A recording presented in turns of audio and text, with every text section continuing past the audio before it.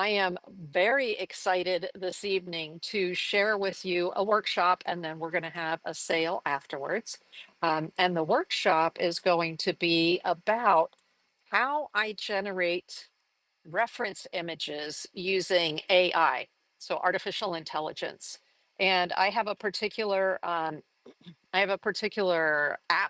that I use on my computer and on my phone called Canva, Canva. And I use that to generate ideas that I then, as an artist, I synergize the ideas. That means I don't always use exactly what I'm looking at there. I take the ideas and morph the different images that I see, pick out my favorite colors, maybe from this one, and my favorite shapes from that one, and then create my own artwork using those as a reference, just like I take pictures off of copyright free sites like Pixabay and Unsplash, and I'll go in there and I'll look for images on whatever subject I'm looking for at that time. And then I will um, synergize the images that I see and then do my artwork from those. So I thought it would be helpful to share with my art audience exactly step by step. Where I have my computer right here in front of me, so that I can show you exactly what it is that I do in order to generate those images. Now, if you prefer to work from a book, which you know that if you've been watching me before, I have hundreds of art books. This is one that I really enjoy because of the level of detail that she has in the book. It is called Oh My Gouache, because we're going to be painting. We're going to do our reference search and do it in create some imagery in AI. And then we're going to use gouache paint in order to paint our image. So you see these fun images that she has in her book here. Oh my gosh. Now, if you're an absolute newbie to gouache, I wouldn't recommend this as your first book because you see the level of detail that she gives you. She does break it down. Okay. So it even says here the beginner's guide to painting with opaque watercolor. And that's what gouache is, opaque watercolor. But wow. She says discover the basics. And yes, she has things in here like color theory, color mixing, super important. Ooh, look at this page. Total eye candy, right? Oh, eye candy, eye candy. Oh, the author is Zoe Ingram. And I will have a link to this book in the description of the video later tonight. I'll go back after we're finished and I will edit it. Um, but she talks about sketching and then of course, once you've done the sketching, some of the different techniques of how to use gouache. So jam-packed with lots of information. I suggest if you're a little bit familiar with watercolor, that this could be a book that would really be a lot of fun for you. Okay. Now, the subject that I've chosen tonight, and I do have my green on because I did an art show today. And of course, it's St. Patty's Day is the theme, since St. Patrick's Day is tomorrow.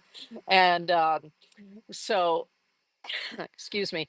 So these, I made sure that I was wearing green, but we're not going to do shamrocks tonight. We're going to do um, a subject that I've been wanting to do for a while, which is crabs. And so she does not have a crab in her book, but this book gives you just the information about gouache, and then she does. I mean, this is some of her illustration using the gouache. Isn't that amazing? Amazing, amazing. Um, Definitely an excellent book to have in your collection if you're gouache interested. All right. Gouache curious, I guess I could say. But again, that book will be in the link to it will be in the description of the video later tonight. So what I've done is I have gone into, say, Pixabay, and I found some images of crabs. So these are This is a printout of some images of crabs. So I could go and sketch directly what's there, right? This one is so fun because I have these little crabs in my neighborhood. I live in Florida in the United States because someone said, "Where are you from?" on YouTube. And we have these crabs in our neighborhood right here. Hey, aren't they fun? Where they have one big claw and one little teeny tiny claw. Oh my gosh, they are so funny. Look at these little eyes. This is from if you've ever seen SpongeBob SquarePants, which my kids are grown now, but when they were little, oh my gosh, I had so much fun watching SpongeBob SquarePants with them. And I think it's Mr. Krabs has these little things above his eyes, and there you go. It's art imitating life because this is a real crab right here, right? And then these are some more that have these little things on top of them. So these are other images, but these are images of real crabs. And then I also found so not only can you look for photos on Pixabay, for instance, where I got these, you can also ask for what's called a vector drawing. So VECTOR, vector, a vector image, which is a drawing.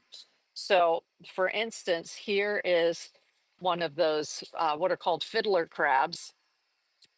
See the big and then the little. And so this, I like to look at these as well because it gives me an idea of what another illustrator artist has done with that subject. So there are all kinds of vector drawings out on Pixabay and Unsplash. You just need to know what to ask for. So sometimes, usually they're called vectors, VECTOR. So here is a vector drawing of that fiddler crab. They're so fun. And then this is an image, again, a real image, and it is of a hermit crab. So it's a little crab inside of a shell, right? But the reason that I printed this picture was not for the hermit crab. Look at the beauty of the background here, this deep blue, and then this blue, aqua blue green right here, and then the sand in the foreground. So sometimes um, you're not just looking for a subject, you're looking more for a mood or a landscape that you can put your subject into. So that's the reason that I chose this image was I like these colors and I can put my crab right here. I can shorten this and then there'll be more sand. Maybe the sand comes up to here and then a little bit of ocean and then this beautiful sky, right? And then I can put my crab in there. So now when it comes um, to AI, let me show you some of what I got from the AI. So when you're generating AI images, you can let the whatever program you're using, you don't just have to use Canva. That's just the one that I use for all kinds of graphics. And I love their simple AI program. And that's why I recommend it for people like artists who are maybe not technical savvy, but it's pretty fun to play with. So I used anytime you're going to use an AI to generate imagery, you need to give the AI what's called a prompt. So I went in and I said, colorful crab. And then once you've selected your prompt, and your prompt can be short or long, all you can get crazy if you want to detail. I like to make it very general or broad, at least the first time when I'm starting out with a subject matters, and then narrow it down as I see what the results are that I start getting. So this one, I said, give me images that are vibrant. So we're going to be able to select different types of images, and I'll show you that when we get to the program. And so this was the selection for vibrant. So I put in colorful crab, vibrant, and look at how bright those are. Isn't that fun? That is so much fun. Then I said, give me colorful crab, playful. So here is a playful colorful crab. Aren't they fun? So you can see that you can get different feelings out of these various types of uh, categories of images that you're asking for. Now, this is psychedelic. So I said, give me a psychedelic, colorful crab. How cool is that? Now, I want you to notice something. There's something wrong with this crab, okay? The something wrong is that it has pinchers here and pinchers here. That happens a lot in AI. That's why I say I'm generating imagery from AI, but I'm not necessarily using those images and just replicating them. I'm using them as a reference because there's there shouldn't be two sets of claws. There should be one set of claws here and no claws down here. A crab has four legs, so it's 1, 2, 3, 4. Are there five on this one? I don't know. Let's see. Does that one have five? Yep, it has five plus these claws here. So, you can, you don't have to do exactly what's here, but isn't that cool? It gives you incredible ideas. This one, I like sort of the swirls and things they were showing on here. And we have the same problem here. There's an extra set of pinchers that don't belong, but you're looking for reference ideas when you're looking for AI imagery. Now, these are anime. So I love the selection of anime, which is like cartoonish, right? So this is what I got when I asked for colorful crab anime. So that's my favorite one right there. That is my favorite one. I love that and the colors that are in it. And then this one is fun. I like the eyes on this one. But the funny thing is here, notice that the pinchers are in the back. See how the pinchers are back here? They should be up here if the front is here. So you you can't take the AI images at face value. You need to um, evaluate them. That's why I pull real pictures, photos, and then I pull AI images so that I can rectify some of those kind of issues with the AI. Now, this I really like, which is moody. This is moody. So you see how it has like the dark background. They're still colorful crabs, but they put them on a dark background so the colors really pop, right? And then this is the one that I pulled a long time ago that I love the kind of almost cartoonish look of this one, which I think would be amazing to do um, with the gouache. So we'll probably do something like this, but let's see what we come up with when we actually pull some off of the computer. Now, before I go to the computer, let me tell you some of the supplies that we're going to be using. Well, it gouache paint is an opaque watercolor. So it acts like watercolor. It's just that instead of being transparent like a typical watercolor, this is a watercolor that I use a lot on the show here. This is the Christy Rice watercolor set. And the majority of these colors are very transparent. Um, and that's typical watercolor. But this is gouache, which is an opaque watercolor. Some people call it poster paint. Sometimes you'll see a bottle and it'll, hey, olive cheese whistle, welcome in over on whatnot. Um, and so sometimes you'll see it called poster paint, but it's an opaque paint. Now, this is traditional gouache, this Pebia. This is actually my favorite set, even though I have all the fancy schmancy gouaches. This is my favorite set, and it's very economical. It's by Pebio, and it's 12 colors.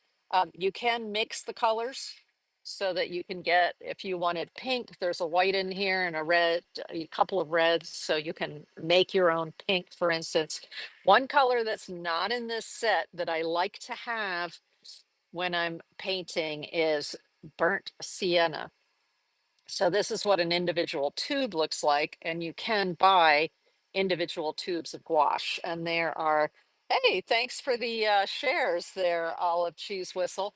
There are different kinds of gouache. There is this, which I call traditional gouache. That means that even after it's dry, you can still reactivate it with water. Okay, so that's traditional gouache, which is more like a watercolor. Then there's something else called an acrylic gouache or acryl gouache. And that has the same properties. The tubes look almost the same, but it has an acrylic base, which means that when it dries, it's permanent. So you can't re-wet it. Um, Personally, I prefer the re-wettable one, which I can't believe those words are coming out of my mouth. Because years ago, I've been a painter for about 25 years, and years ago, there's no way. I hated watercolor 25 years ago, okay? 20 years ago. Couldn't stand watercolor. Why? Because it re-wet. I couldn't stand it. I thought it was horrible. And these traditional gouache re-wet. Well, I've come a long way, baby, since then. And I really appreciate the rewettability. So it's just, we're all at a different level on our art journey. And you may try something in the beginning. I tried watercolor, couldn't stand it, went to acrylics, oils, encaustic wax, which is hot wax painting. That's absolutely fabulous. Mixed media. And now I've come back around to watercolors and gouache. So, there's a time for everything in your life in terms of your art supplies. So you may end up coming back to enjoying something like this. Now I understand. Oh, yeah, I love the rewettability of the gouache now. Why? Because I can put the gouache on my palette. So this is just a plate. You need some sort of palette and to squeeze out your paint on. These are just little plastic plates, so it doesn't have to be anything fancy schmancy. Um, and then when it dries, if it were acrylic, you can't re-wet it. It's done. You can't reuse it again. But if you're using gouache or if you're using watercolor, like it is, and you see how I was mixing colors here, if you're using watercolor or gouache, which is opaque watercolor, you can come back in here with water and reactivate that paint and reuse it. So, wow. Once I got the hang of it, my mind was blown, and now I just adore watercolor and gouache. Isn't that crazy? But again, like I said, hey, Kush Patel over on YouTube, welcome in, welcome in. Um, so this is my favorite set. It will be linked in the description of the video. And then what kind of paper do I use? Well, remember gouache is opaque, right? So this is actually very inexpensive from Michaels, a watercolor paper. But you want a watercolor paper. You don't want something that you're not going to have the greatest success on other types of paper. You want something that's heavy enough. So this is 90 pound. That's like the absolute minimum. I prefer, and I use this very inexpensive paper for um, doing my swatching, meaning testing out the colors. Maybe I've mixed a color and I want to see what the color looks like before I go on to my artwork. I will use the inexpensive watercolor paper for that. There's no need to ruin a really good piece of paper, right? But the main paper that I use for watercolor and gouache is this Canson XL watercolor paper. Um, it's called XL because 30 pages come in a pack, and a normal or regular watercolor paper pack has 15 to 20 pages in it. So this is very economical at 30 pages, yeah, sheets, and it's 140 pound cold press, down here, cold press watercolor paper. Now, this is not a 100% cotton paper. And once you get experience with working with watercolor or gouache, you may want to move to a 100% cotton paper. Now, here's a 100% cotton paper that is that will work for gouache, and it is the Stonehenge Black. Okay, so this is, they make it in white as well, but I love this black paper when you're working with an opaque type of paint. So this gouache is an opaque paint. So um, this Stonehenge by Legion is the name of the company. Black paper is just mwah, fabulous, and it's 100% cotton. But you can get it white as well, and it's also 100% cotton. The difference is you're going to get 15 sheets in a book, and it's going to be expensive. So if you are teaching yourself, um, or even if you're going to classes or anything like that and you're learning, I think this is a fabulous paper to work on. Fabulous. And I make lots of professional work on this paper. So, it's a great paper.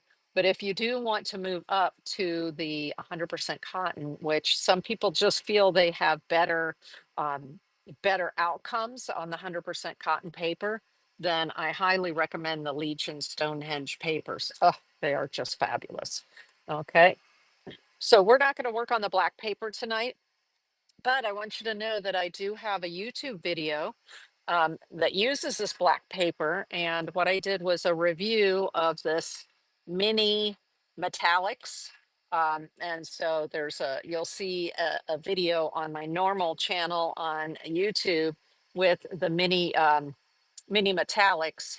And I make a piece of artwork on this fabulous paper. So you can see what that looks like if you're interested and you're on YouTube, for sure, go take a look at that. Okay, brushes. My favorite brushes for doing watercolor and gouache are the um, Princeton Velvet Touch. It's a synthetic hair, but it's what I call a snappy tip. When you do this, the tip snaps right back. It holds lots of water, and I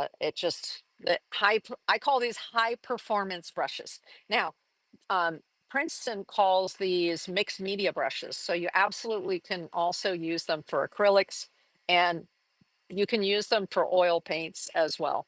Although when I use brushes for oil paints, I try not to go back to watercolor or acrylics because oil paints leave a residue on the brush hairs.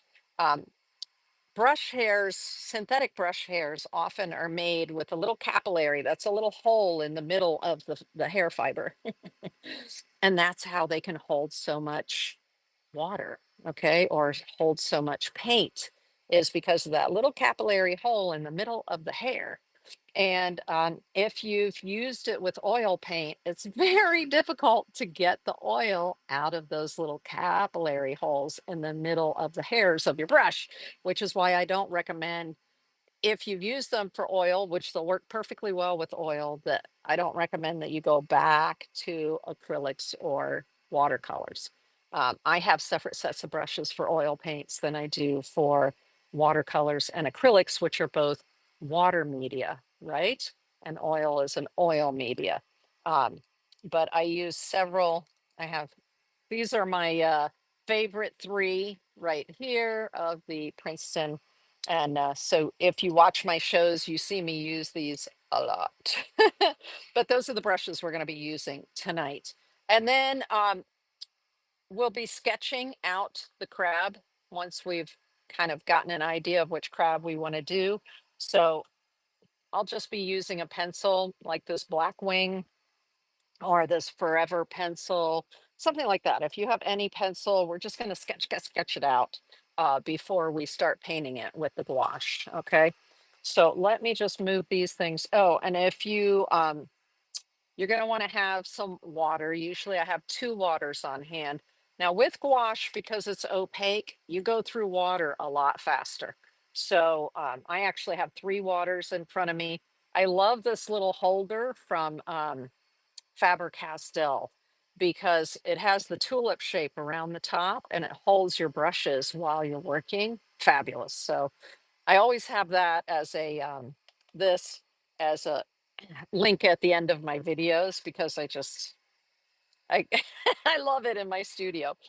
We are going to go over top of the table, and I'm going to crack open my computer, and we're going to generate some AI images so you can see how what do they say? See how the pastries are made, right? Let's go into well, first we have to go into Google. I have a touch screen. Love my touch screen, y'all.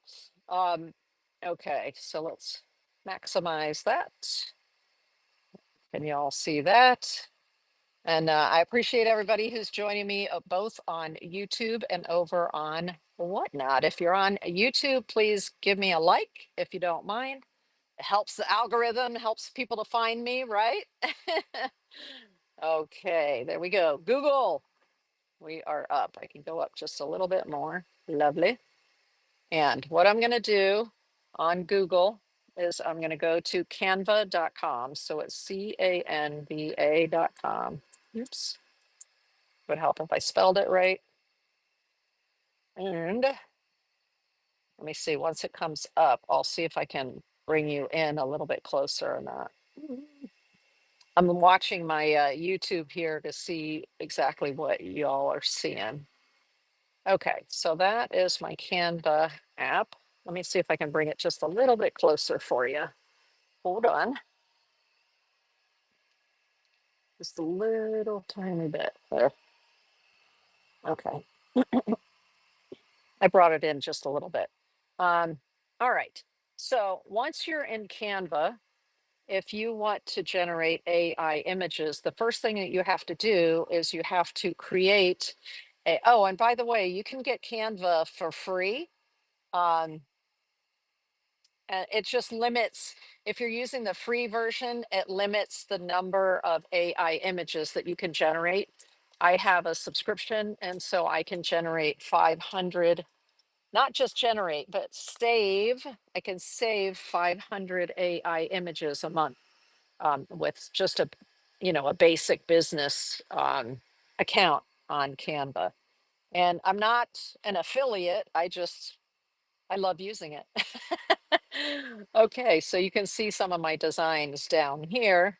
Um, I have a touch screen I mentioned earlier. So if you see me touching my screen, if you don't have a touch screen, you're just going to use your, what do you call it? You're going to use your mouse and navigate to where we're looking. Now, what I did was I created a file on here and I have all of my AI generated crabs.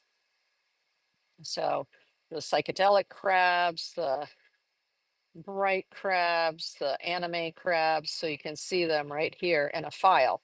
So I'm going to show you how we do that, how I did it. Um, let's get out of here. We're actually going to go to, there's a little house over here. So we're going to go home. And before I can do AI generation, I have to open up a new file. So to do that, I am going to say, there are a bunch of different types of files right here. I have a heavy glare. Hold on a second. Let me bring it up a little bit so I can see it more easily. Okay, square. I like to generate my images in square. You don't have to, you can do it as a rectangle, but I've just found for me, it's easiest to do the AI images in square. So now I have what's called a blank page, right? You see the blank page right here? Bring it up a little bit more. There's a blank page there. Now, down the left-hand side are the different things that I can do on that page. I can import a picture from my computer if I've taken a photograph and I want to bring a photograph onto there. There's text that I can put on there. So that's why I use this. I do all of my YouTube header images, the when you look at a video and you see an image there at the beginning, I do all of that in Canva. But there's a little menu over here on the left hand side. Let me just do this to be sure you can see it. And down, further down the on that little menu on the left, there's something called apps. So you can go into the apps and you're looking for something called Magic Media. So let's go to the apps here. And then this is my app area over here. Remember, this is what I'm going to be putting my images onto. And then says search Canva. And here we would say Magic Media, Magic Morph. Okay, well, Magic Media is, it's not pulling up Magic Media because I already have it. as one of my apps, but normally you would do Magic Media and it would pull up Canva's AI. So there are many apps available through Canva. So many different companies that offer AI generators through Canva.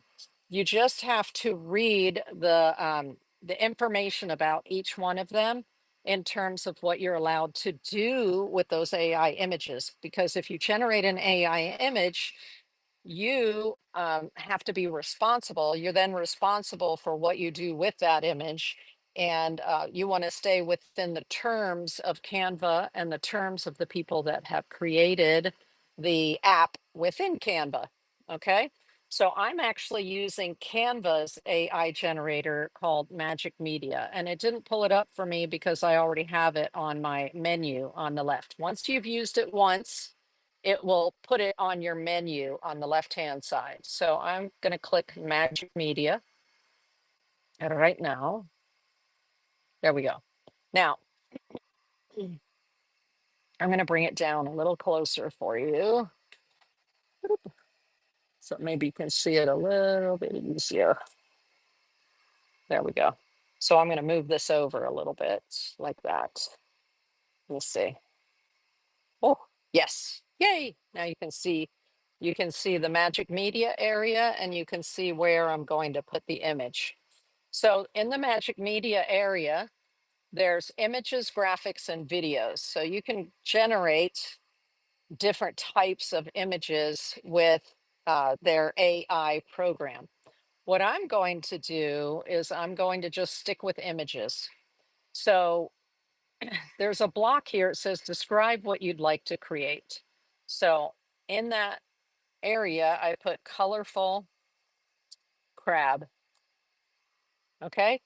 Like I said, I generally start out with a few words, and then depending on what the AI gives me, I might narrow it down by adding more words. I may say, colorful crab on sand, or colorful crab in the water, or colorful crab underwater, or something like that. So if you want to narrow it after you start looking at your images, that's how you would do it in this little block here of describe what you'd like to create. Now, there are, you can do a square, and that's what I like to do. I like my images to be square, or you can do it long ways landscape or long or up and down portrait. Okay, so you can get images that are landscape, portrait, or square.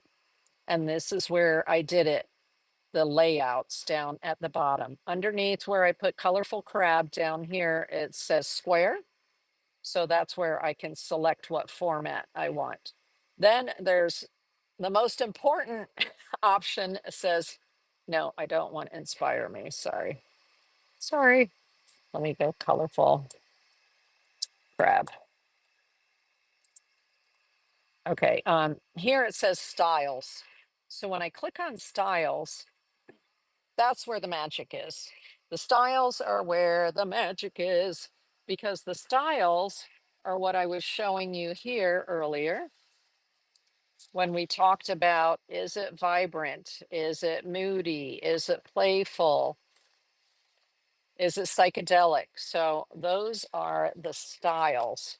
And so let's generate. And if I generate images now, they're not going to be the same as the images that I generated yesterday or a week ago or a month ago, because the AI is constantly learning and updating. Okay. So you're always going to get something different every time you run it.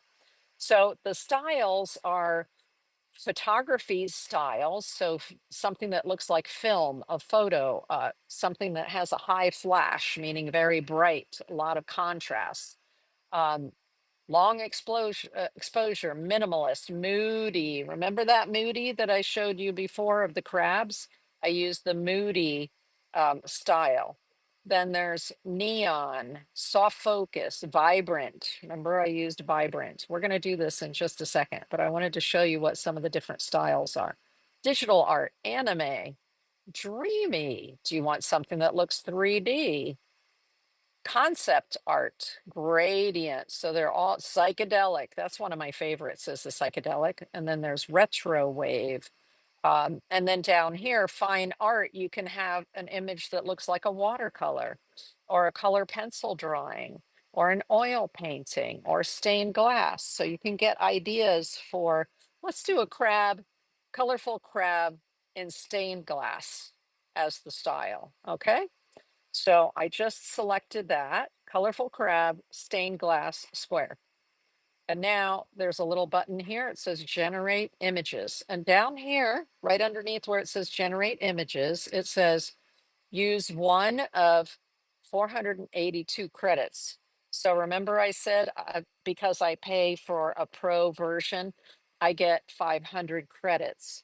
And oftentimes when you're working with AI, that's what AI programs give you credits. You buy credits, and then that allows you to do a certain number of operations. So in this case, I can save up to 500 a month. And I'm already at 482 left.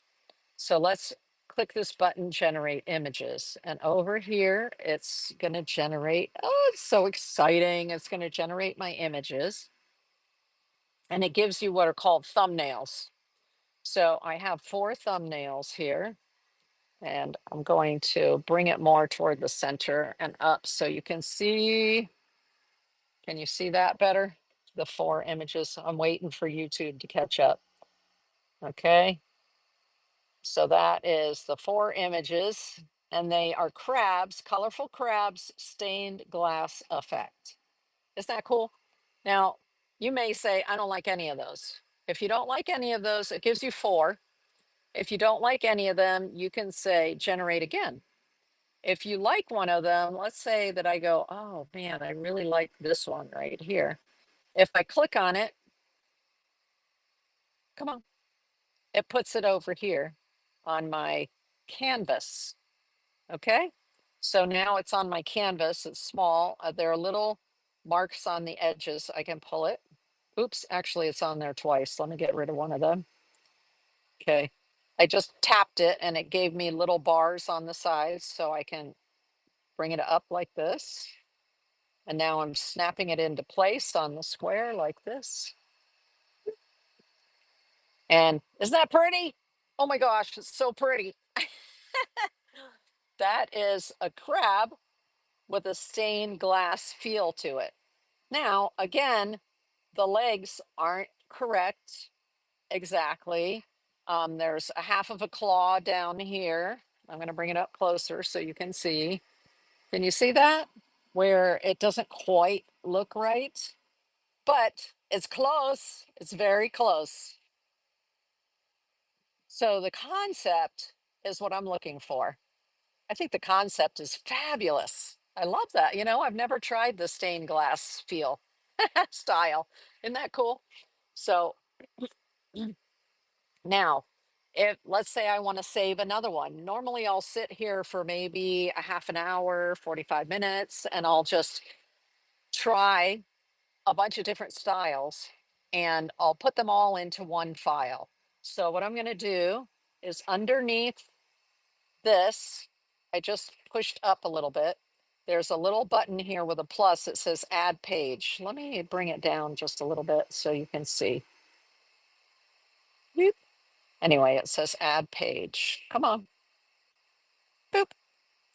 So when I hit add page, it gives me a new canvas. Okay. So now I have a canvas. And now I want to generate more images. So let's say there aren't any other images here I like. So I can hit generate again. This is using the same style. So it's going to generate again a colorful crab using the stained glass effect. Woohoo!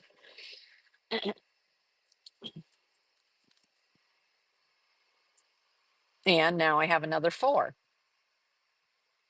So you can move through these like this. So now I look and go, okay, is there another one that I like here? Maybe I can pick another one and put it over here. So normally when I'm doing this process, I will pick, um, say, anywhere between 2 and 5 or 6 images of the same style. Depending on what kind of reference I'm looking for. There's some yuckies on my screen right there. Okay, so let me see which of these crabs. Oh, I like this one. It has a sun and some rocks. So click on it. Think, there it is. And as I do that, my number over here goes down. So this says 480 credits. It was 482. Why? Because I selected 2 of the images and I'm creating a file with those images. I love this one because there's a sun right over here. There's some shells down here. Wow, that's really fabulous. That is neat. I never even thought to do it with with that style, stained glass. Who'd have thunk? I'm going to add another page. I get a blank. Now I'm going to come back here and I can either, I hit generate again. I didn't mean to. I can either go back or I can come down to the bottom. There's my colorful crab still in there. So I don't need to go back. I only go back if I want to change the words that I have in there. Okay, if I want to wipe out what it is that I'm looking for, I can go back and put in new words. But if I'm still on colorful crab, I can come here and I can change the style. So remember I showed you the moody before? So I'm going to hit moody. Oh, let me see, did it save it? Yeah, generate. So it should generate moody now. So this is a different type of feel to the imagery. Okay, colorful crab. Yes, now we've got moody. So I'm going to pull it over here onto the canvas. So I'm going to select one of them and then you'll see what I mean. This one's cool looking. So it comes on small and I grab the edges and I snap it to the edge like that. So it fills the frame. You see how the background there is all dark? That's what they call moody. So this is one that has a moody feel for it. Now I'm going to come up here.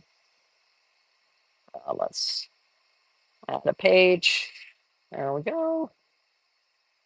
Nice.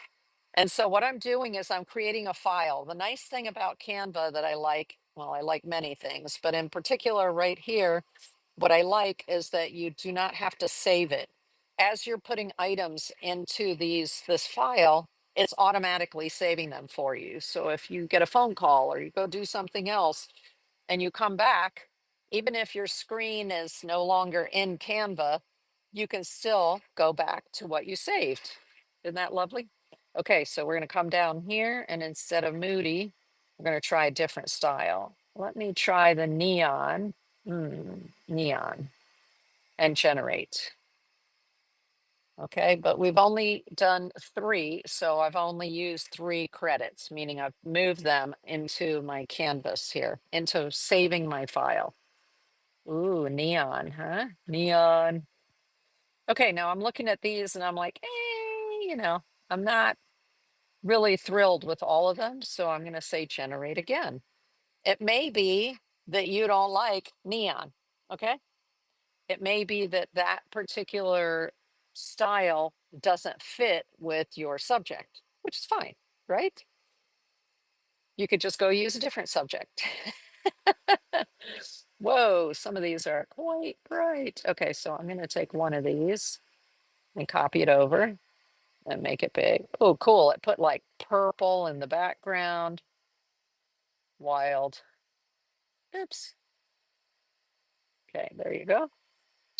So this is how I grab references for out of AI for a particular subject. Like I said, I'll also go to Pixabay and get actual photographs so that I can make sure that whatever I'm pulling from over here on AI is going to have, the correct number of legs, the correct claws, if I want to.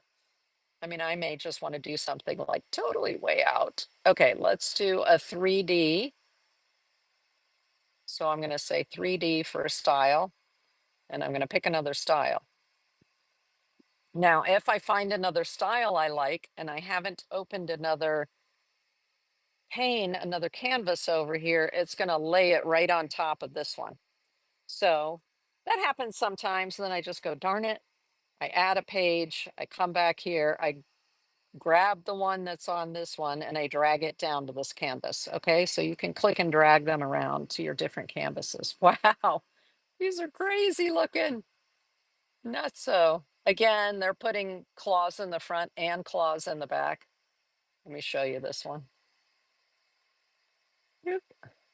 And grab that and fill it. And it has claws in the front and claws in the back and claws on a whole all over the place.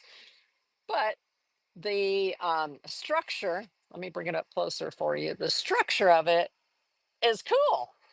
It looks like armor, doesn't it, on top of that crab? So, you know, there may be something from that ooh, maybe I like the fact that it has the like facets on the top of the crab, and I might want to utilize that in one of my images. So this is how I go through and select images. And then these images can be, they are on Canva. They're not on my computer. They're on the Canva website right now, the ones that I've generated. If I want them to come to my computer so that I can print them or work with them on my computer, then I need to, let me give it a name right here. So this is crab styles. I'll just leave it at that. Crab styles is the name of it. So I give the file a name and then I'm going to download it. So here it says share. And then underneath share, it says download. And then you can pick the size of the pictures that you want. Since I'm using them for reference, I am not going to make it a big file size. It doesn't need to take up a lot of room. Okay. I'm going to just leave them the size that it copied them over because I'm only using them for reference. I'm not doing anything with it in terms of um, adding it to um, other items that I might be printing out for somebody, but I could. And that's why they give you the option to go up in the size. And then it's going to say which pages do I want? I can print, I can download to my computer all 5 of the ones that we selected, or if, and because it says select pages 1 through 5, if I down arrow on that, it lets me select which ones I want to bring down to my computer. So let's say that I only want to bring page 5 to my computer. I will it always selects all. So I will unselect all, and then I'll come down to page 5 and only select page 5. Now down here it says page 5, and I'm going to say download. And now what it's doing is it downloaded that image to my computer. So now I can pull it up on my computer and I can print it. And then that's how I got these images like this that I use, these reference images. Ooh, the moody, the anime, the psychedelic, right? I took them, I put them down on my computer, and then I selected 2 at a time. And then I told my computer to print them as 5x7s and put the 2 on 1 sheet of paper.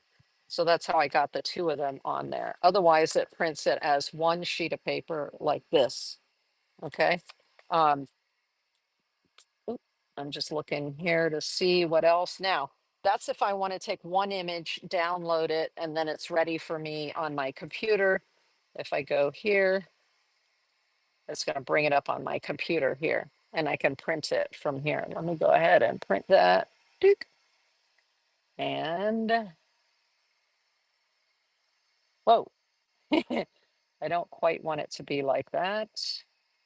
Shrink to fit the page, print. So right now it's going to my remote printer here at my house. Um, Now, what I wanted to show you is what happens if you want to take all 5 of them and, and bring them onto your computer. It will create what's called a zip file. So if I say share this file, download, and it says select the pages 1 through 5, and then I click download. Now it's downloading all of them at the same time. Okay. And so I'm going to get what's called a zip file. So instead of a normal photo is a .jpg or a .png, this is a .zip. And so now I have to unzip my zipped file. Okay. So it's done. If I come here and I have a zipped file, so all 5 of those are in here. And the name of the file is Crab Styles because that's the name of the file that I gave it on Canva, right? There's a little button here. At least this is I'm working on a PC. So that means it's running Microsoft. If you're on an Apple, I don't know what it looks like. Sorry.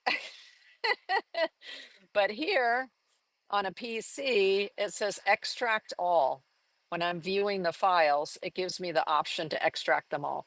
Now, right now, you're only seeing the file names. You're not seeing a picture. If you want to see a picture, you click view and tell it that you want an icon, and then it'll show you a picture. Okay. But it's not showing me pictures right now because my computer is almost full. I have to clear out some video, right? From doing YouTube videos. But I'm going to say extract all and extract it. And then what it's going to do is it's going to put all of those files now on my computer from the little bitty zip file that it was downloaded from Canva. So if I go back to here in my downloads file, it is right here. Let's see the view. There they are. So these are the ones that we just pulled off of the AI. There they are. I'll bring it up closer so you can see. You can see those. See that? So that's how I create reference images. Actually, I love these two, which have the stained glass effect. So I'm going to show you how I put the 2 of them on one sheet. Hey there, Black Label Designs. Welcome in, welcome in. I'm showing how I create images using AI on Canva. And I've downloaded the images to my computer. And now I'm going to select 2 images and show you how, oops, I get this right here. I get 2 images on one sheet like this. Okay. So I'm going to and then we're going to actually create a painting using gouache of using one of these AIs and actual pictures of crabs as a reference. So here I'm going to select this image. It's highlighted right now. There's a blue box behind it. I'm going to press, this is on a PC. If you're on a Mac, it could be different. Hold down the control, press this one. Now I have 2 images selected and I'm going to let me double click those. I'm looking for my arrow, sorry. And now it's going to say, hey, do you want to put these onto a, let me see, did it? No. Let me do that. Control that. And no, it did it again. Hold on a second. It's a little, since I have a touch screen, it's a little finicky. All right. There we go. So these 2 are highlighted. I did a right click on my mouse down here. I have a little pad and then show more options. And then it's going to say print. So now that I have it in the print, it's going to my printer to letter size paper. So regular paper like this, but I've selected 2 of them. So I can go here and select 5x7. So I'm selecting a 5x7 size, but I can see that they're cut off. It's taken a square and it's made it 5x7, but I don't want that. So there is an option to fit the picture to the frame as the default on my computer. But if that happens to you, you can find this option, which is to turn off fitting it to the 5x7 frame. And now I have two squares. And that's how I get the two onto one sheet. Now I'm going to print it like this. Boop. And that just went to my printer in the other room. There it goes to my Epson printer. So now it will be printed on just plain paper like this, and it'll have two of them on there like that. Okay. So I thought, I'm kind of a nerd. Before I was a painter, I was a computer systems analyst. So I wanted to share what it is that I do in order to generate AI images, and then I use those images as reference for paintings. So let's go ahead and do a drawing, and then we're going to do a gouache painting with some of these crab references. Okay, there we go. So let me get the Canson paper, my favorite studio paper, the Canson watercolor. It's cold pressed. That means there's a little bit of texture to the surface, and it's 140 pounds. So it's a nice heavy thickness for me. Okay. So we're going to take these and we're going to take this. Now, this is an AI crab. And like I said, it has those pinchers on the back here, which are not correct. Plus, it has this extra thing right here. That's also not correct. But we're going to sketch the idea of it. Let me see, how many legs are there? 1, 2, 3, 4. 1, 2, 3, 4. Okay, cool. Because crabs have 4 legs and then they're pinchers at the front. Now, I'm going to do this like a Maryland blue crab because I originally lived in Maryland. I came from Maryland when I moved to Florida. And so the cool thing about the Maryland blue crab, the kind that you eat when you're in Maryland, is that the back are flippers. They're flat on the end. So that's what we're going to do is we're going to make those flippers in the back flat.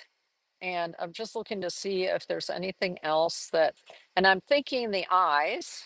I want to make the eyes, see how these eyes are up on the stalk, these psychedelic ones that I got from the AI, and there's a little stalk there. I love that. Plus the real ones here. See, this is another AI generated crab. Crabs have 10 legs total. Thank you, Brandy Beach. Yes, so there are 4 legs and the claw. So 4 legs and then the claws, or the claws and the claws and 4 legs. Correct? Or do they have 5 legs? I thought they had 4 legs. Because 4 legs and then the claws, right? But you see how the little eyes are here? Where they're up on little stalks, and then they have the little thing sticking up from them. 4 each and 2 pinchers. Perfect. And then, um, okay, so here is, see these crabs? These are the real crabs. And then these other ones were the AI crabs. But I like to go back and forth between the real ones and the AI ones and kind of create something from that. So look at those eyes. They're nutso. They're crazy. So that's what we're going to do. We're going to put some of these eyes on this crab. Um, but I like the way that the AI gave me this, the way that the color scape is going and all. I really like that. So that's what we're going to do in gouache. And I appreciate you being here with me for it. So let me just put this up here. The first thing we have to do, of course, is do a little sketchy sketch. Since it's a crab, I probably want to go this way. Let me make sure you can see that. Let's see where this is on the screen. Yes. Let's see where yes, that looks pretty good. Now, sometimes what I'll do, this is a 9x12 paper. I'm excited to see this. I have a love for crabbies, being my last name is Beach. Oh, that's so cool, Brandy. Brandy Beach. Okay, so what I'll do oftentimes to be sure that I'm working in the area that is going to show with a mat is I'll just take a mat and I'll go here and I'll look on there and I say, "Ooh, okay, where is it? It's kind of right, kind of in the middle." And then I'll make little marks for myself. So I'll take a pencil here and I'll just make some little reference marks. Of course, they can be erased later, right? Bloop, bloop. But that just gives me an idea of where. Now, see, this is a little bit down and it's not quite even. So that's what these are for, right? So I can go up here, maybe a quarter of an inch. And then that means I can go up here about a quarter of an inch, right? Oop, there we go. So that's approximately where I want to stay on the paper in terms of being able to have my image fit nicely into a mat. Neat. So I have spare mats right next to me at all times in different sizes so that I can be sure that I'm making my artwork in the right place. Now, usually I will use a pencil to do this sketching. Um, you could also use a colored pencil. Actually, where's my colored pencils? Whoop. What color is this one? Ooh, that's green. I don't want green. What I'm looking for is a water soluble pencil. So here's a water soluble blue pencil. Isn't that cool? So this one happens to be a Cretacolor and it's water soluble. It's aqua relic, it says here. So anytime it says aqua something, on your pencils, and if it has a little brush, do you see the little brush right there? Then that means it's water soluble. So sometimes I'll use a regular pencil, other times I'll use an aquarellable or a watercolor style pencil. So let's get this part of the crab right here. And so let's say that I want it to go around this way. This is where the observation comes in. There's another one here, and then there's like a skirt that comes around here. And then, let me see, this actually comes out just a little bit more like that. And it comes like that, and then it comes over, right? Now there's like a skirt thingy right here, and a skirt thingy right here, like that. So I'm just power of observation, right? I'm just looking at the image when but this is just something that I pulled off of the AI. Yeah, I got my mom some of those, like a watercolor pencil. Yes, yes, the watercolor pencils are great.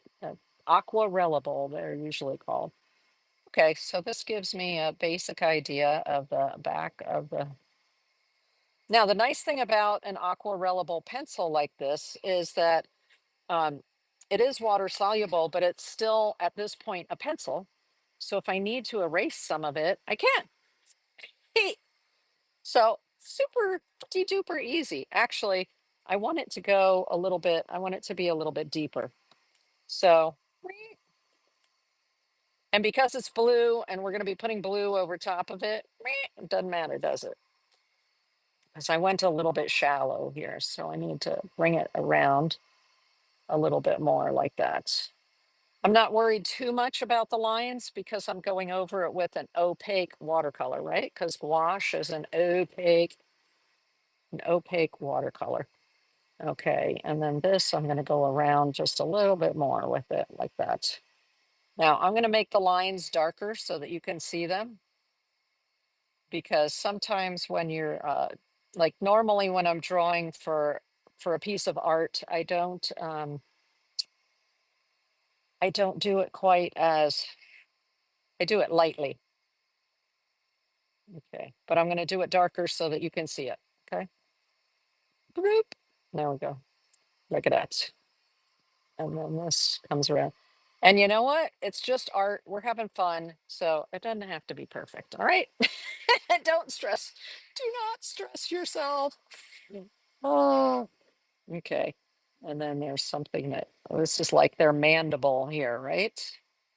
Something comes down like this. And then there's another section here. And then there's a section right here where they take their claws and they put it into their mouth. Sound effects too. Yes, sound effects. All right. So now I want to bring this around. Let's see if I've got it. Ah, better, better. Not quite. Not quite. Okay. Let me just do it a little bit more like that. Okay. That looks a little bit better. Little better. And then I want those eye stalks, right? So now I'm going to look at this crab to put the eyes in there. Aren't they crazy? Look at these little eyes. Are they looking from here? Are they looking from I don't know. They're wild. Wild. So I'm just like Mr. Krabs from what is it? SpongeBob SquarePants, right? So I'm gonna bring it from like here. And then I'm gonna just do this right here. Oh, so cool. And then over here, I'm gonna start out here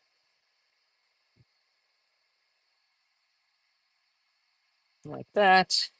And then put this little thing on here. Eh, oops, doesn't matter. Something similar to that. No, no, I have to erase it. It's supposed to be fatter down at the bottom and then kind of come up there. Okay, so these are the eyes on our little crab, even though it's not on this. I like it from the real ones, right? And then we're going to draw out the, ooh, you know what? I really like this. Do I like that one? I think I like this one right here. So you see, I kind of take bits and pieces from different ones. So where does this start on this one? Down here. Actually, I do kind of like that. So this is what I do is I morph. I have no idea. Okay, you're cracking me up. So I'm going to I like the way the leg comes out from underneath here. So I'm going to take a little section like this, and then a bigger section that comes out like this. Right. And so we're building the sections. And then we've got another one. It's kind of big and gloppy like that. So we're having fun here. Remember, the bottom of the thing is going to get cut off here, so I don't want to go too far down.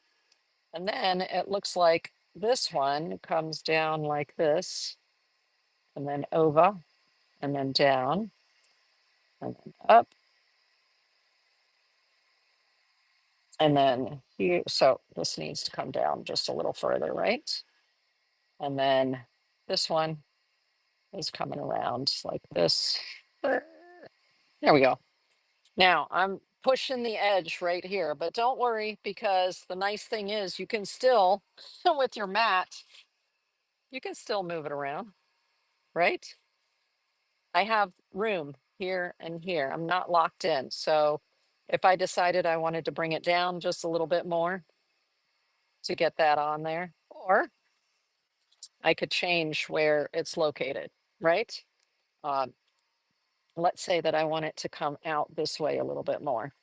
See, I don't when I'm working with gouache, which is an opaque watercolor, I don't have to worry about what's left here after I do this erasing, because I'm going to cover it over with an opaque watercolor. Woo, hallelujah. Okay, so I'm going to lift it up a little bit more this way. So I'm going to bring it here and then around and then down and then around like that. There. And then I'm going to bring this like that. So I changed, now it's not going down quite as far right there, right? So I'm not too far off the page. All right. Because it's my crab and I can do whatever I want with it, right? So let's do this side. Now I'm going to do it kind of like a fiddler crab, which is what these are. Can you see that on the picture? Yes. So this is a fiddler crab. So it has a large claw and a small claw. This is a vector drawing that I pulled off of Pixabay.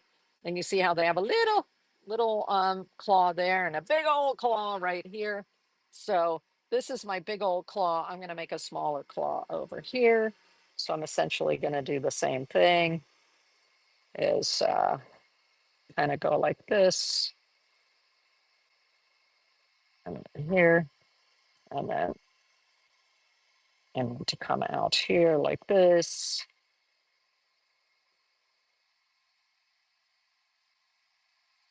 There we go. This is going to be a littler one.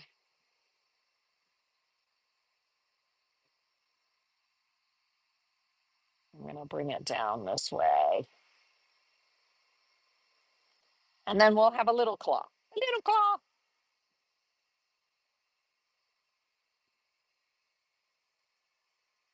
And then doesn't this go like that? And then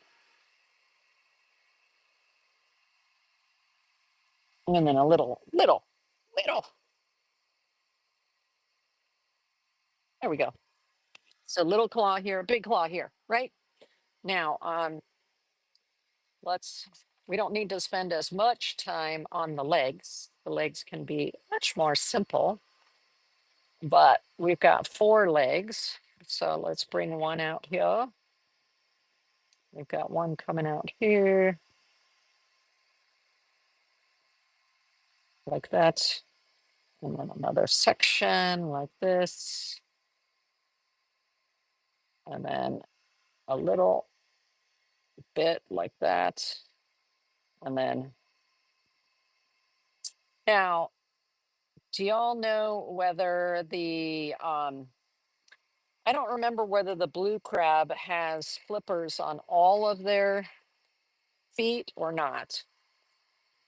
I I I tend to believe that the flippers are only on the back, but I could be wrong on that. But you know what? It doesn't matter. We're just going to draw this crab and figure it out from there. We're just going to figure it out from there. Okay, so we're going to bring in the other one out like this and then come up. Oh, somebody asked on YouTube, is this my drawing? This is an AI, artificial intelligence generated image. And at the beginning of the show, I showed how I did that, how I did the AI. And so later, when the workshop is over, I will put the link to Canva in the description of the video, and you can rewatch the video and go see how I did it, if that's what you're interested in. Okay, and then let's do this right here. Woo. We got that one, and then another one back here. So I'm gonna make the leg maybe go up. Why not? Why not? Sometimes that's what they do, right? The little leg goes up like that, and then we'll bring this over here like this, and then we'll do it like that, right? It doesn't matter. We're just having fun. So this is not, this does not need to be true to life. So that's 1, 2, 3, right? I need to put one more back behind here. So let's do one more. And then like that. I see the AI as it gets away from the most important part of the image. Uh, back flippers only. Okay. And they look furry. Thank you. Thank you very much. I do appreciate that.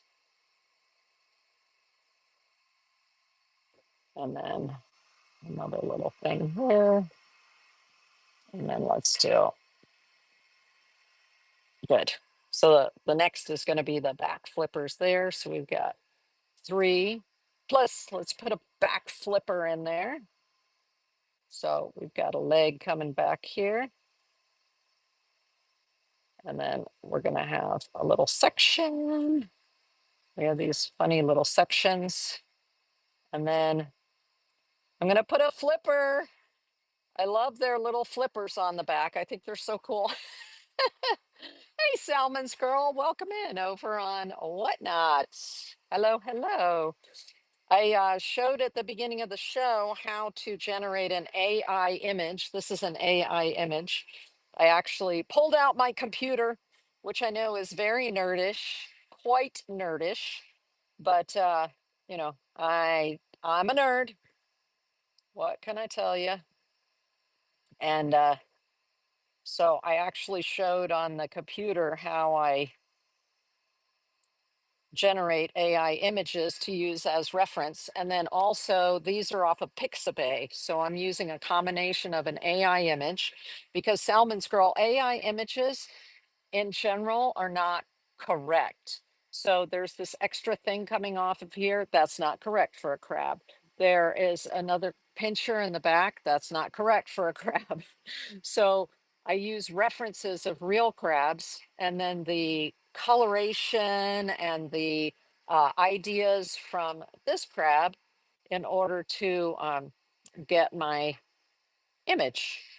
Okay, let's do this right here. And then we'll do this section right here.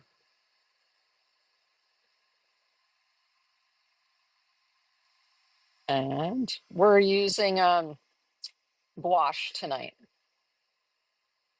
which is, uh, it's a type of watercolor, right? All right, cool. This one needs to be a little bit bigger. So let's just make that a little bit bigger on the fly. So there's the second leg there. We need to do one more back here. They get a little bit bigger as they go, don't they? And then now I don't want to go too far.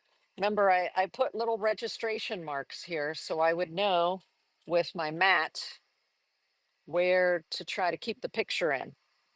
So that's what I'm working from right now, trying to keep the picture within that. This is the inside of the mat here is about an 8 by 10, but this is a 9 by 12 piece of paper. So it's perfect for holding that on there. Okay, let me just do this. I'm gonna bring it like that. Put another little thing here. And then another little, there we go. So now we've got 1, 2, 3, 1, 2, 3, and the flipper.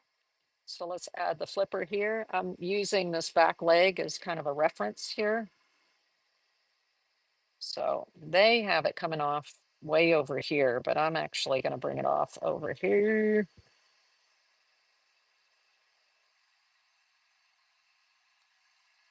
That's too big. I was saying I'm using Salmon's Girl. I'm using a watercolor pencil or a water soluble pencil. So the nice thing about a water soluble pencil is that you can also erase it. There we go. That's not bad. And then I'm gonna put a flipper. I love the flippers. And beach, what is it? Beach, Brandy Beach said that the back flippers are hairy, which is actually very cool. You know what I'm going to do? I'm going to make this one a little bit bigger. Actually, I'm not even going to erase it because we're working with opaque watercolor. That's gouache. So I can just go right over top of the line and just make it bigger like that. And it won't matter because I'm going over top of that with the gouache paint. Love it. Ah, that's so fun. Okay, so let's pull this out of here. I'm using this AI image as my reference in terms of like colors and things. Okay, let me make sure that y'all can still see that on the. I want to be sure you can see both. Whoop, there we go. Okay, so I'm putting my water soluble pencil away. Actually, where is one of my brushes? This is a scrubber brush, which I like to use to fix corrections, but let me show you right now. Um, let's say I wanted to scrub up that line. I'm just using water and picking up more of that line. So if the eraser didn't get it all off and it's annoying you and you want to get it out of there, you use what's called a blender brush. That's this one. And you can get more of the color off of there. Okay. Like down here. So for instance, if I was doing this in watercolor, which is transparent, then these lines might show more. So I might want to use this. This is called a Willows blender. I'll have it linked in the description of the YouTube video after the workshop. And so if the eraser didn't get it all up, you can use a little bit of water like this and get more of it up. Okay, so that's how that works. Okay, now we get to break out um, the paints. I'm so excited, so excited. So these are the gouache paints. This is a nice set from the folks at Pebio. They gifted it to me. So thank you, Pebio. This is the name of the company here, Pebio. They're out of France, but I work with the folks in Canada that handle North America. They're lovely people, wonderful. So what are we going to be using here? We're going to be using the gouache. This is the set of 12, and the set of 12 includes a burnt umber, but I also like this brown, the burnt sienna. So I like burnt sienna in all of my palettes, my different palettes. So that's why I went ahead and bought a separate tube just by itself of burnt sienna. But I'll have this linked in the description of the YouTube video. So we're definitely going to need the blue. I like this. Well, I like this emerald green because we can add white to it and get this sort of sea foamy color in the background. Oops, you can't see that. See the sea foamy color over here? Oops, hold on. Let me do that. Now you can see the sea foam. And so I'm going to take some of the emerald green because that with white will give me the sea foam. We're going to need some sand. So this yellow ochre right here and the burnt sienna. And then see there's some orange going on in there. So what do I want for the orange? Vermilion. Woo! That's a beautiful orange right there. And a little bit of yellow and a little bit of white. So I'll tell you what the other colors are that are in here. Come here, you. Now we might need black just for the eyes. So I'm going to put the black out, but I'm going to kind of put it off to the side. Okay. So that was black emerald, primary blue cyan, yellow ochre, some burnt sienna, vermilion, which is a deep orange, yellow, white. Now these are the other colors that are in the set. Carmine, which is a bluish red, primary magenta, which is more pinkish. Then you've got cobalt violet. Oh, imitation cobalt violet. Don't worry, there's no cobalt in it. Spring green, which is a nice light green, and then burnt umber. Okay, so those are the other colors. And what I'm going to do is I'm going to put them on this is just a little chinette plate. So you can use any kind of plate. Actually, at my local church thrift shop, I pay 25 cents per plate, and I can get like white ceramic plates. And often that's what I use as my palette as well. I've actually found pallets at my church, you know, with little wells that were designed to be a pallet, which was very exciting. 25 cents each. And there were a set of three of them. I'm like, okay, I got them, taking it. So we're going to start out with the club here. So let's get some of the blue out. Now, remember, I said earlier, gouache is fabulous because even if it dries on my plate here, I can just later go back with water and reactivate it. Oh my gosh, that's why I love gouache for that reason. You can re-wet it. Okay, we're definitely going to need white because if you look here, we've got different shades of blue on here. So we're going to need a lot of white. Usually I buy an extra white. So this is the size that comes in the set. But whenever I'm working with gouache, whatever brand it is, I usually will buy an extra large white. Let's see. So we're going to need some vermilion for the skirting there. That's that kind of orangish red color. Let's see. And then because we're just starting with the crowd first. We'll put out the colors as we need them, okay? So the crab has the orange, the white, the blues. Okay, that's it. You know what? Just to get a little bit of warmth, I'm gonna put this burnt sienna out. These are metal tubes, by the way, just so you know. You can't put it back in. That's why I'm so glad that they're traditional gouache and they will re-wet. Hallelujah. Thank goodness. Okay, so I'm putting my other colors just up out of the way a little bit. And let me, I'm going to move the picture back up and we're just going to work on the crab. So these are so creamy, delicious, and beautiful. Now, this is a 9 by 12 size. So for the size, I'm going to use a size 6 brush. Normally, I work with a size 10 brush, but that's when I'm doing more loose and I'm getting it in. I'm putting the paint in more areas or more fluid. But here we want to put the paint right where we want it. So I'm going to use a size 6 or possibly even a smaller brush than a size 6. Okay. I'm dipping it in the water. I always have a paper towel in my hand.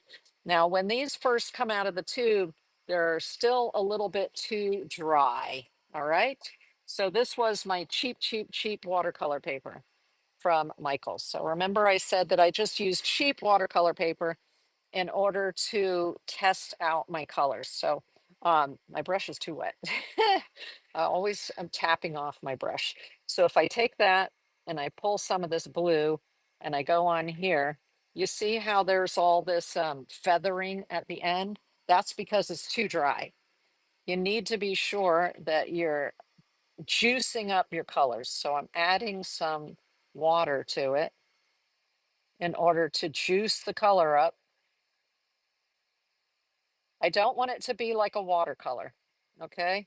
Now I'm going to dip this in water and get more water on it so you can see if there's too much water. So that's too much water. Now it's starting to be um, transparent, right? That means I have too much water. So I don't want too much water. I want just the right amount of water. So I'm going to take some of the water off of here.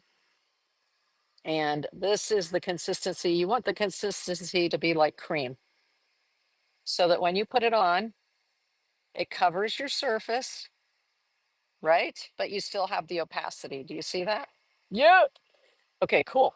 So what we're going to start with is we're going to start with getting 3 versions of the blue because we've got a dark blue, a light blue, and a medium blue. Okay. Um, and so first of all, let me take some of this blue over here and I'm going to put some white in it. So now I'm mixing it. And I would call that a medium blue. Okay. And then I'm going to take what's on my brush, put it over here. I'm going to take some more white, and I want the lightest. See, I'm like out of white already. That's the way it goes. Okay, so now I've got the lightest white. See, that's not even light. That blue's not even light enough for me. I'm looking for contrast between the dark blue, the medium blue, and the light blue. So see, I need more white already. That's what happens. Bloop. Let's just put some right there. I blow through white so fast. Now, the reason that this white is not very used is because I have a huge tube of Pebeo. As a matter of fact, okay, I'm going to delay you just for 1 second because I'm going to go get that other big old tube. And what I'm going to do in the meantime is I'm going to put this here so that if you don't know where else to find me, Instagram, Facebook, my website. All right. So on my website also, I have links to these products are on my website, as well as articles. So every time I do a workshop, I write an article, and that article will include the video, the YouTube video embedded in it, so that you can go there and watch prior workshops. Plus, there'll be links in each article to all of the products that were used. Now, see these right here? The, I usually get a large yellow and a large white because I use the yellow and the white the most for my color mixing. So what you're going to notice here is you see that little bit of brown in there? That's because it needs to be, if you have a tube like this, it needs to be blended before you start working with it. But so that's the trick. I get a large, when I say I get a large white, yeah, I get a large white. And then oftentimes I'll get a large yellow as well because I do a lot of color mixing. I mix my greens a lot. And so I use the yellow and only a tiny bit of blue with a lot of yellow to get the kind of greens I usually need. Okay, so I'm making sure that I get this all blended in there. So this is the large size. This is 100 milliliters, but it says Studio Gouache, same stuff, just in a larger size. Love it. All right, let me get that off of there. Thank you for bearing with me for a moment there. I forgot to get this, but yeah, because I go through so much white, it's ridiculous. Okay, so see, I need even more. I'm not happy. That's not the lightest. That's not the lightest. So let's open this one. This is just a flip top. Boop. Get a little bit more out there. Boop. Okay, there we go.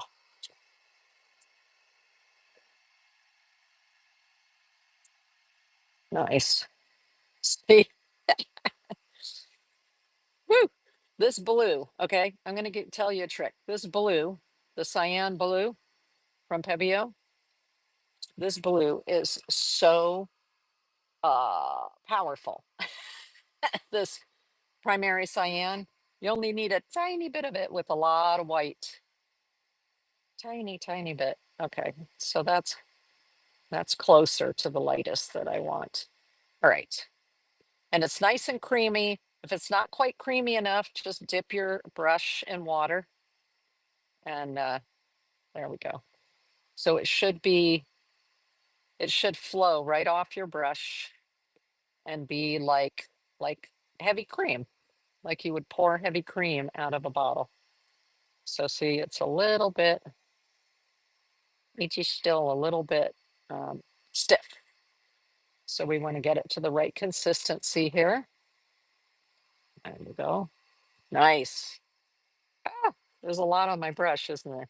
So what I'm doing is see how I'm turning my brush and a lot of the paint is coming out so I don't have too much on there. Okay, here we go. Here we go. Wow, fun. So we're starting. Let's put, what I'm doing is just putting like the lightest light here, kind of You don't have to do it exactly like that, but I'm kind of following along with that. Now I changed the eyes, so I have to paint around the eyes. See, it's not quite, it's still a little too thick. Isn't that crazy? Crazy. And I'm not worried about having it be perfect because I can adjust it when those little stalks, eye stalks, I can fix it. The interesting thing about gouache is that you can go over top of it easily with other colors of gouache once it's dry, which is, um, so even though I have a light color here, well, with traditional watercolor, you do from the lightest to the darkest, but with gouache, you can go in either direction. Most of the time, people say start with the darkest and then put light on top of it, but you can just do it however you like. Okay, I'm just using this AI image to sort of inform what's going on here. And so we've got the lightest, there's some light right here. See, it's not quite wet enough, a little bit wetter. You'll get a feel for it as you paint with it for how much money, how much water. Why did I say money? How much water to put in with it. But what I love about these brushes is that it's pointy. Can you see the point right there? It's crazy. The point is so awesome on these Velvet Touch. I just love it. Okay, let's do that like that. So we've got a little bit of the light blue there. See, it's not the same as that blue, but it doesn't matter. It doesn't matter. We're just having fun, right? Now, I'm not going to put the light blue here on the legs. If you notice, there's like a light blue right here. Highlight. That highlight I'm going to put on after I've put the darker color on. Okay. It's just here, there's so much area that it's okay for me to go in like that. Okay, I'm going to grab a little bit of this medium color and put it right across here because there's kind of a medium color along the back here. Yee. And then we're going to start with some darker. All right, I'm going to do the medium color next. So if I want to get this color off of this brush, usually I like to work light to dark so that I can, with the same paint on the brush, I can just go into the darker one now. And if I need a little more blue to get a medium color, I just grab that. So see how quick I did that? So now let's do this. Yeah, a little bit darker version. Oh, not dark enough. Contrast. That's what my drawing teacher used to always say to me. Christina, you need more contrast. So always be looking at your colors to see if you can bring in a little more contrast. Now they are going to dry a little bit darker than what you see here when they're wet. Okay. Let's see. So that is a little bit more blue, a little bit more blue. Wow. Okay. This is fun. So I'm just going to bring it around this and sort of define this shape a little bit more. Now it's almost dry. This part that I put down first is almost dry. So that's another thing about gouache is you're going to find that it tends to dry very quickly, which is good because then it makes it easier for you to go on top of it with your next layer. Okay, let me just go back and see if I missed any question.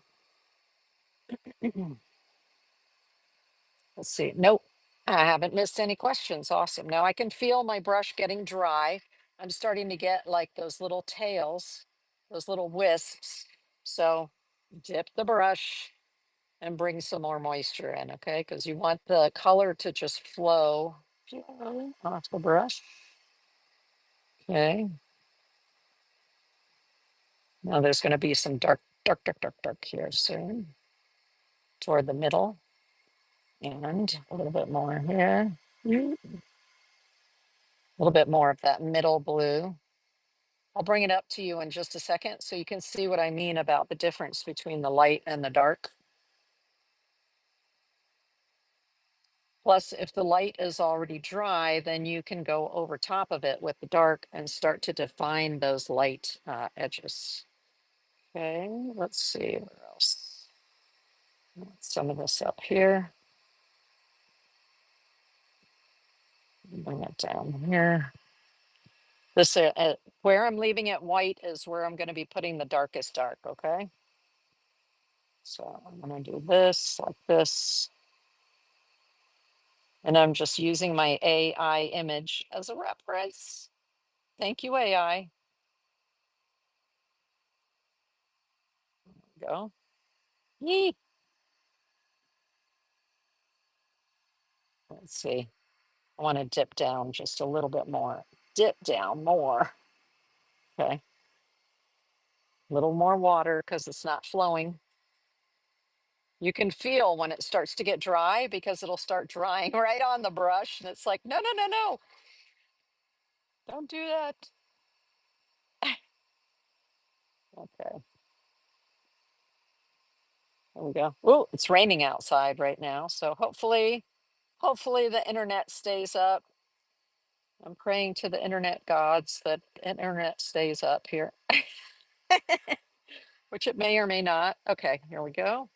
Now on this side, we're going to bring this around a little bit more. Ooh, nice. Like that. Now we can connect those up. And there's a little bit more of this medium color here. See, the end of it is beginning to get dry. Let me show you. So as it dries on the brush, you start to get these little feathery ends, and you don't want, I mean, that's okay, but that's when I tend to dip and get some more so that it will flow off the brush better. This actually comes up here and then comes down like that. And then there's going to be some dark coming in here. Just do that. And then I can fill in this area right here. So I usually, when I work with the color, usually, not always, but usually I'll mix three different, as you saw here, the three different versions of it, a light, a medium, and a dark. Not always, but often. Okay. Woo.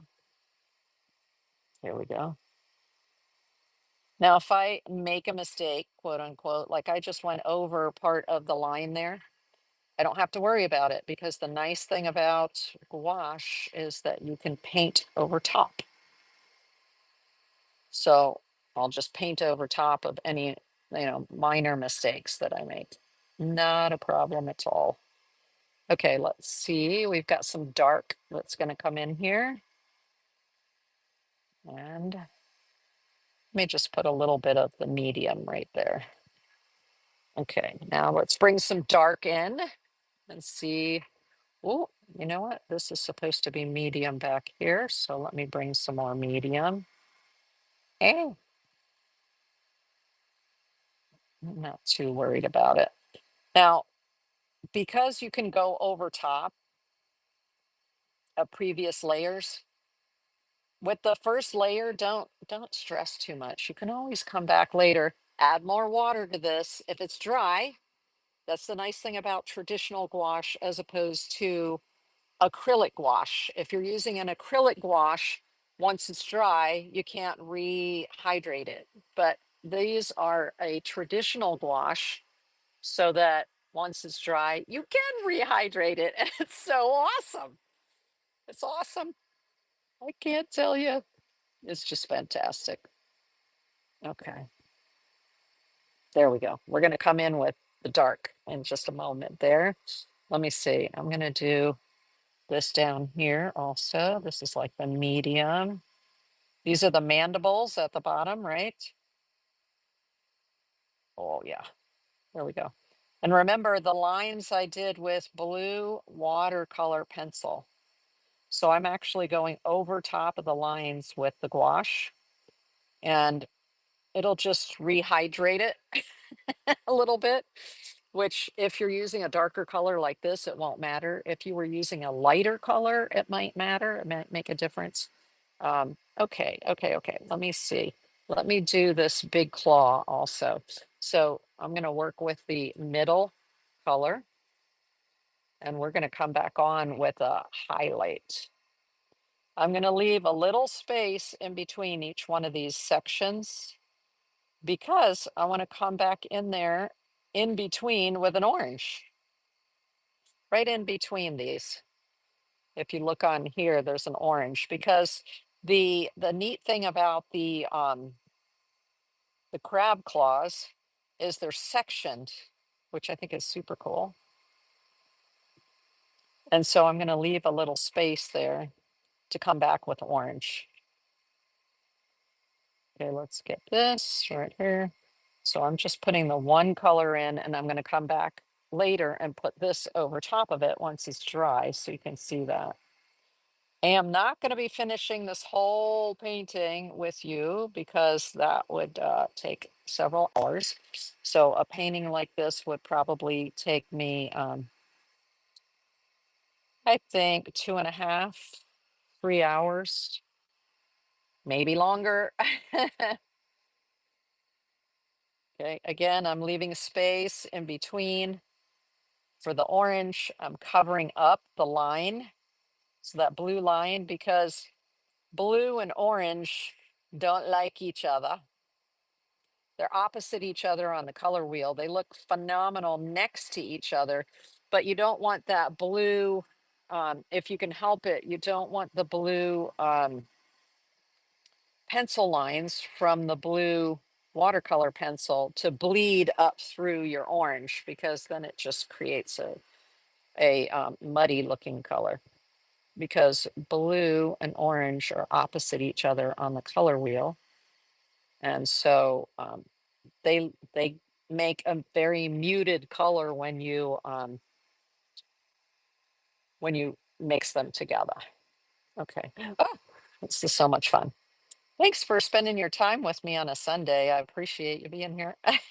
I love the interaction. Like, I love to watch the questions and all. Hey there, Danielle. Welcome in over on Whatnot. I am demonstrating how to use, well, first we created an AI image, and that's what this is here. And I'm going back and forth between the AI image and the real image of a crab in order to come up with a drawing of a crab that I want to paint. But I'm using the colors that are in this crab to guide me, the AI crab to guide me, because earlier in the show, and if you missed it, you can always go back and watch it on YouTube, my YouTube channel. Just type in Tristina Artist and you'll be able to find it on YouTube. And I literally showed you how I go into Canva and create these AI images. And then I look at the AI images and they help to inform me for my sketching. I look at both the real crab and take elements of the real crab. I call it synergizing the imagery. That's what we do as artists. We are going to take the parts that we like from the different images and create our artwork based on what we like. Okay, cool. Because the AI is not true to like Mother Nature. Often, especially if you do people in AI, like I like to do anime characters in AI, and often their noses are all wrong, and they might have two noses, their hands don't look right, sometimes they'll have 3 fingers instead of 5. It's crazy. Okay, I wanted to do this leg so that we could show you once it's dry putting the light color over top of the dry, darker color. So right now I'm going to go in and use the darkest color. So I went from the lightest to the medium to now the darkest. And I'm going to have to put some more dark on there. So let's get a little bit more. I try to put less and then squeeze out more if I need it, because these are metal tubes. Hey there, Thanos. Welcome in over on YouTube. I try to, they're metal tubes and you can't put it back in the tube. So even though I can rehydrate it from the plate just with water, I like it when it's juicy right out of the tube like that. Okay, so now we're going to do the darkest dark. And I can tell it's not wet enough. Boop. I need to add a little bit more water to that to juice it up when it comes out of the tube. It's not quite dark enough, or not quite smooth enough when it comes out of the tube. It's beautiful, it's delicious, but it does need that little bit of extra water when you first take it out of the tube. Okay, let's add a little bit more water on my brush here, because I want it to flow off the brush. Okay, cool. So this is our darkest dark. So I'm using this crab to sort of inform me. And I can actually put this right over top of the other color that's there, because the other color underneath is already dry. So that's the difference between working with the gouache, which is an opaque watercolor, and my regular transparent watercolors is the way that they layer. I can layer a light color on top of a dark color with gouache, which you can't do with transparent watercolors. Okay, here we go. I'm gonna have to turn my arm here. Often I will turn the painting instead of turning my arm. I don't like to do this because then it puts a shadow for you where you're watching. But there we go. So I'm following along here. I think I will bring this down a little bit more like that. And then I think I'll bring it along here just for the heck of it. Plus I got a little bit of it on that light, so I'm actually going to bring it over, just go right over top of the lights. There we go. So it's nice that you can just easily go over top like that. Lovely. So there's a dark spot. Let's get another dark spot going. And when your brush starts to feel like it's dragging when it gets dry, then pop a little bit more water on it. So now I'm going to go in here. The blue lines are a blue watercolor pencil. So if you weren't here earlier, I used a blue watercolor pencil to create my outlines.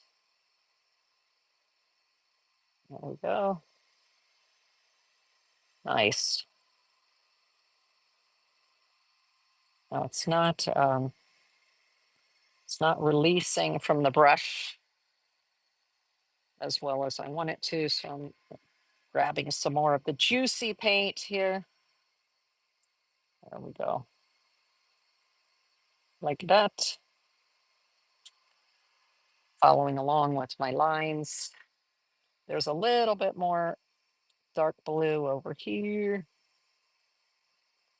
Like I said, though, don't worry if you're working with gouache and you put some dark in an area. It's okay. The gouache is opaque and you can come back and put a light color over top of it. My brother has been thinking about it, but I said he could learn from live streams. Ah, good, good, good. She doesn't have one. Oh, I'm sorry. I see questions. What kind of brush are you using? Do you have a degree in art? I've never seen a blue crab before. Ah, Carsong blue crabs um, are from the Chesapeake Bay, and that's in Maryland and Virginia. And that's where I grew up. Part of my childhood was spent in the Chesapeake Bay area, and we used to catch blue crabs and eat them. Um, they're delicious. But what I'm doing with this crab is I created an AI. Um, you were asking, did I get a degree in art? I do not have a degree in art, although I've been painting and teaching painting for over 20 years. Um, and my degree was in computer science. And so I thought I would bring some of that, my love of working on the computer, to this workshop. If you missed the beginning of the workshop, I showed how I go into Canva, which is an online program, and I also have it as an app on my phone. And I create um, AI images on Canva, and then do they pitch when you eat them? Oh, pinch. They try to pinch you when you eat them. Mm. They try to pinch you. What we would do in Maryland is we would throw chicken necks on a string over the over our dock, and then they hold on to the chicken neck, and then as you pull it up, you can see them, and they're flipping around. That's why I put little flippers on the back here. They flip around, and then you take a net and you try to catch them. And so yeah, then you have to watch out for the pinchers when you're in the middle of doing that. For sure. But once they're cooked, they're not going to pinch you, and they are absolutely delicious. Love them.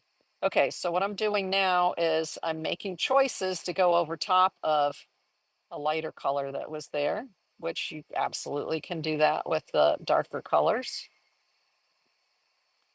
So here, and so I don't have a degree in art. However, I spent 4 years at the Boca Raton Museum Art School. And so even though it's not a college, it is an absolute bona fide, um, professional. Like I've done that when I was in New Jersey. Oh, flower gazer. Yeah, you did the crabbing. We call it crabbing. Oh, love crabbing. It's so much fun. It's like fishing. I love fishing too. So you, I don't know, flower gazer, if you did this when you were crabbing, but we would let the rope down, and then yes, with chicken wings. Yeah, chicken wings work too. And then we'd hold on to it for a little while, and when you feel it tugging, then you know that you have a crab on the line, and then you slowly pull it up so they don't let go, right? Woohoo. It's fun. It is fun. Okay, I'm making the executive decision right now to put some of the dark over here as well, which is not on my reference image, but it doesn't matter. As you're painting it, you can make those kind of decisions, right? And then, so that is the darkest dark. Now, what I'm going to do here, while I have dark on my brush, actually, I want to clean this up just a little bit, meaning I've got edges that I want to fix just a little bit. Fix, fix, fix. Oh, crab. Okay, now I want to eat some crab. Um, Let me see here. Let me see. I'm actually going to put some of this dark back here on the little paddles, because why? I can always come back and put light on top of the squash. It's fabulous. Fabulous. Now, um, Ms. Beach, what is it? Brenda, I think it was, um, had said earlier there are little hairs on these paddles on the back.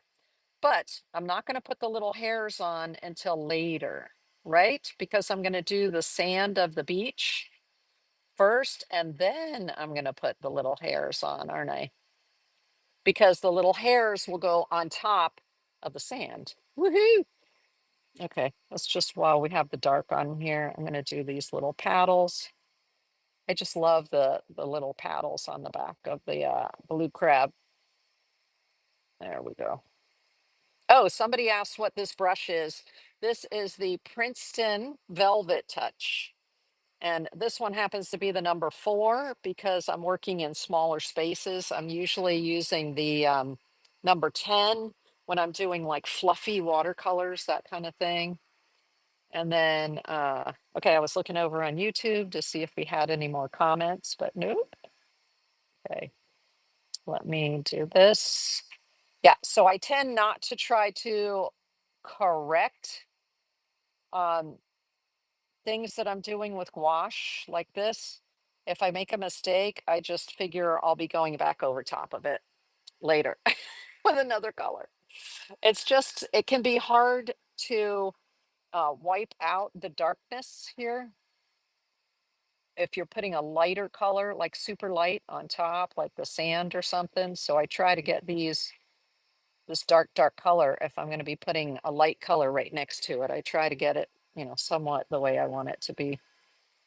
Okay, lovely, lovely. But I will come back later after I've done the sand and I'll put the hair on there. Okay. Oh, they're so cute. Those little paddles are so cute, aren't they? Now I'm going to take some of now this is dry. See, I was saying it dries pretty quickly. So um, this big claw over here, I'm going to put some dark in to just give it a little drama, right? Let me see. Let me see. Did I do that right? I think I did this backwards. If you think about it, isn't this part supposed to be? I don't know, whatever. But I'm going to, let's see, I'm going to put some dark down here. I like the way that you can go on top of it like that, sort of make these marks. Let me get plenty on the end here. There's a lot of paint in the belly of the brush, so I'm actually trying to get it out of the belly of the brush and just put it on the tip for these details. And then I'm going to do this here.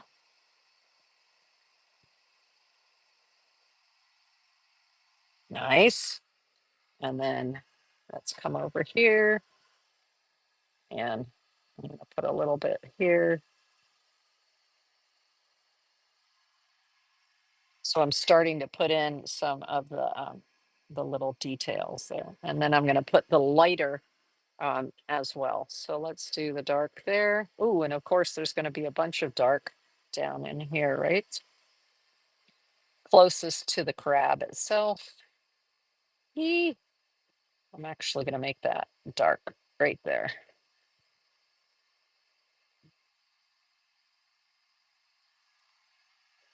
Right there, okay? Put a little shadow in there. Nice. All right. Let's see. Fab. Okay, now we're going to put the highlights in there. So like I said, as long as this is dry, I can come back in and put the highlights. So unfortunately, this brush is full of dark, right? So what I'm going to do is I'm actually going to get a different brush because I want to keep the dark in here because I'm going to do, as I go, I'll have more dark to do, right? So this one I'm just going to set aside. I have my little I have my little wooden brush rest over here. So I always put these at the end of the videos on YouTube. I put it in the description where you can get those little brush rests because they're fabulous. And now let's get another small brush. So I actually have on my desk, this is a little Japanese container full of small detail brushes. So I can just look at that and select a detail brush and then put my details on with that. Oh, this is a nice one. This is actually Master's Touch. It's from Hobby Lobby. A very nice small round. So this is beginning to dry. I don't know if you can see that, but there's wet and there's dry.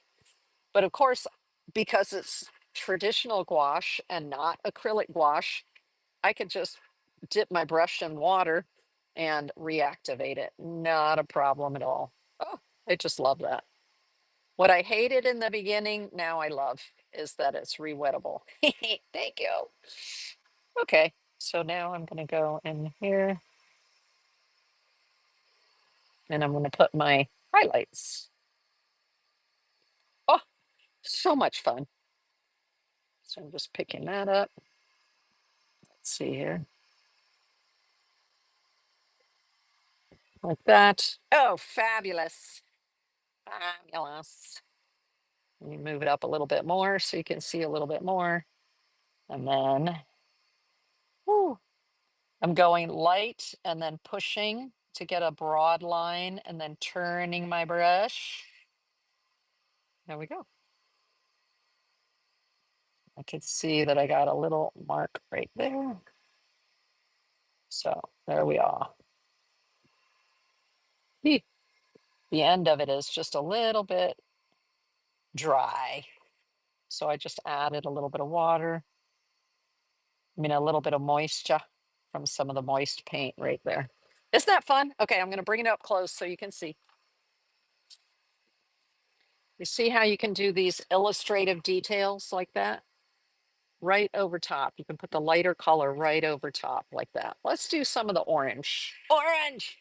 Now see how this orange that I was put out earlier, it's kind of drying over. It doesn't matter because it's gouache, so you can just add water to it. It's just so lovely.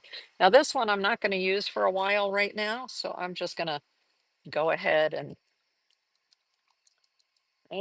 get the water out of there. Now what I find with gouache, because gouache essentially has a lot of white in it and it's opaque, do you see how the water's starting to get dirty already? Very quickly. Actually, I'm going to dip that in water and then put it over here. Um, so since this is beginning to dry, but it doesn't matter, I can just take and put some water on it and it'll come back to life, right? So first, let's get some white out here. Boop. This white is a little goopy because it's separated a little bit in the tube, right? So the binder and the pigment separated a little bit. That's why I massage these plastic ones before I use them, because there's a little bit of separation there. Okay, so what color do I want to use? We're doing some details, so I'm going to go. Well, first though, I have to blend these colors together. So let me use I'm going to use this brush right here. This one is a Alltech Sable. So this is a natural hairbrush, which is great for watercolor or gouache. And let me mix this white up because it's the binder separated a little bit.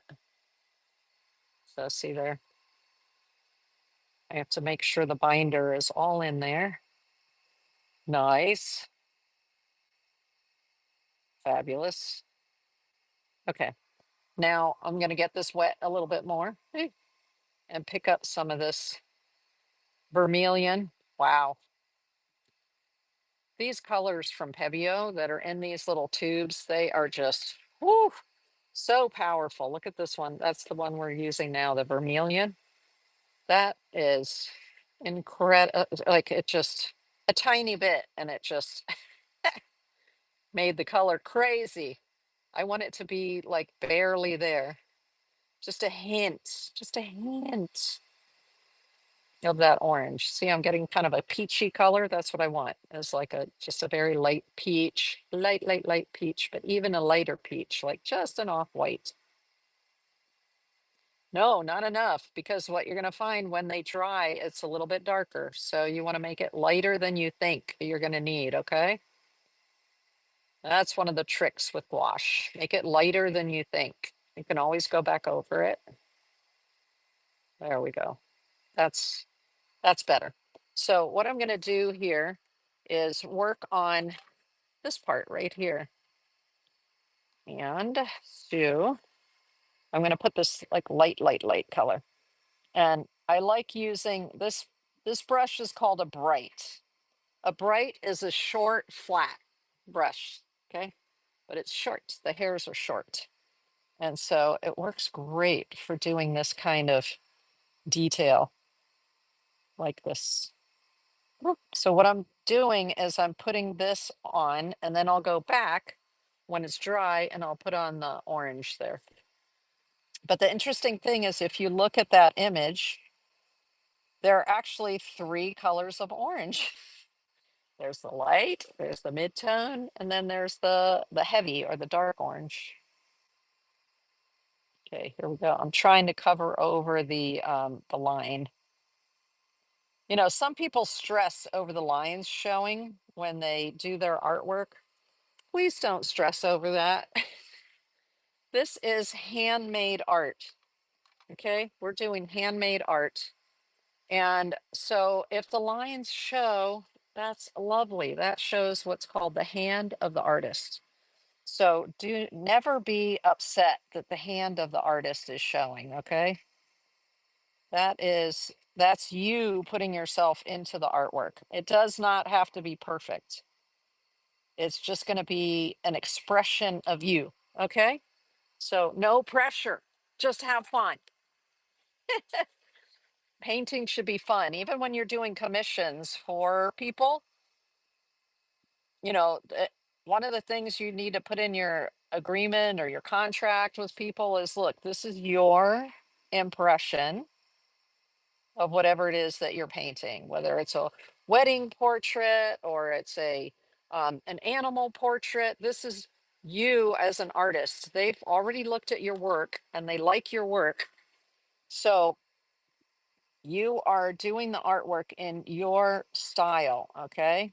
It is okay to have your own style and be appreciated for it. Do not worry that it's not, you know, perfect.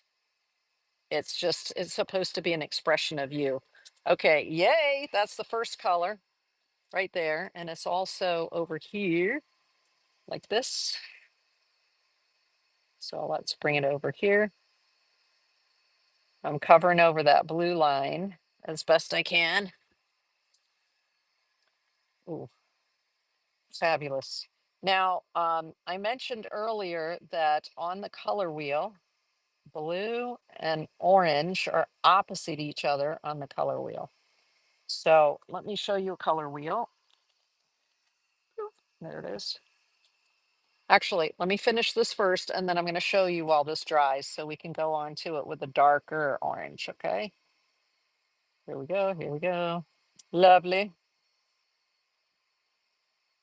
It has been storming outside, y'all. Yes, great advice. Thank you, Flower Gazer.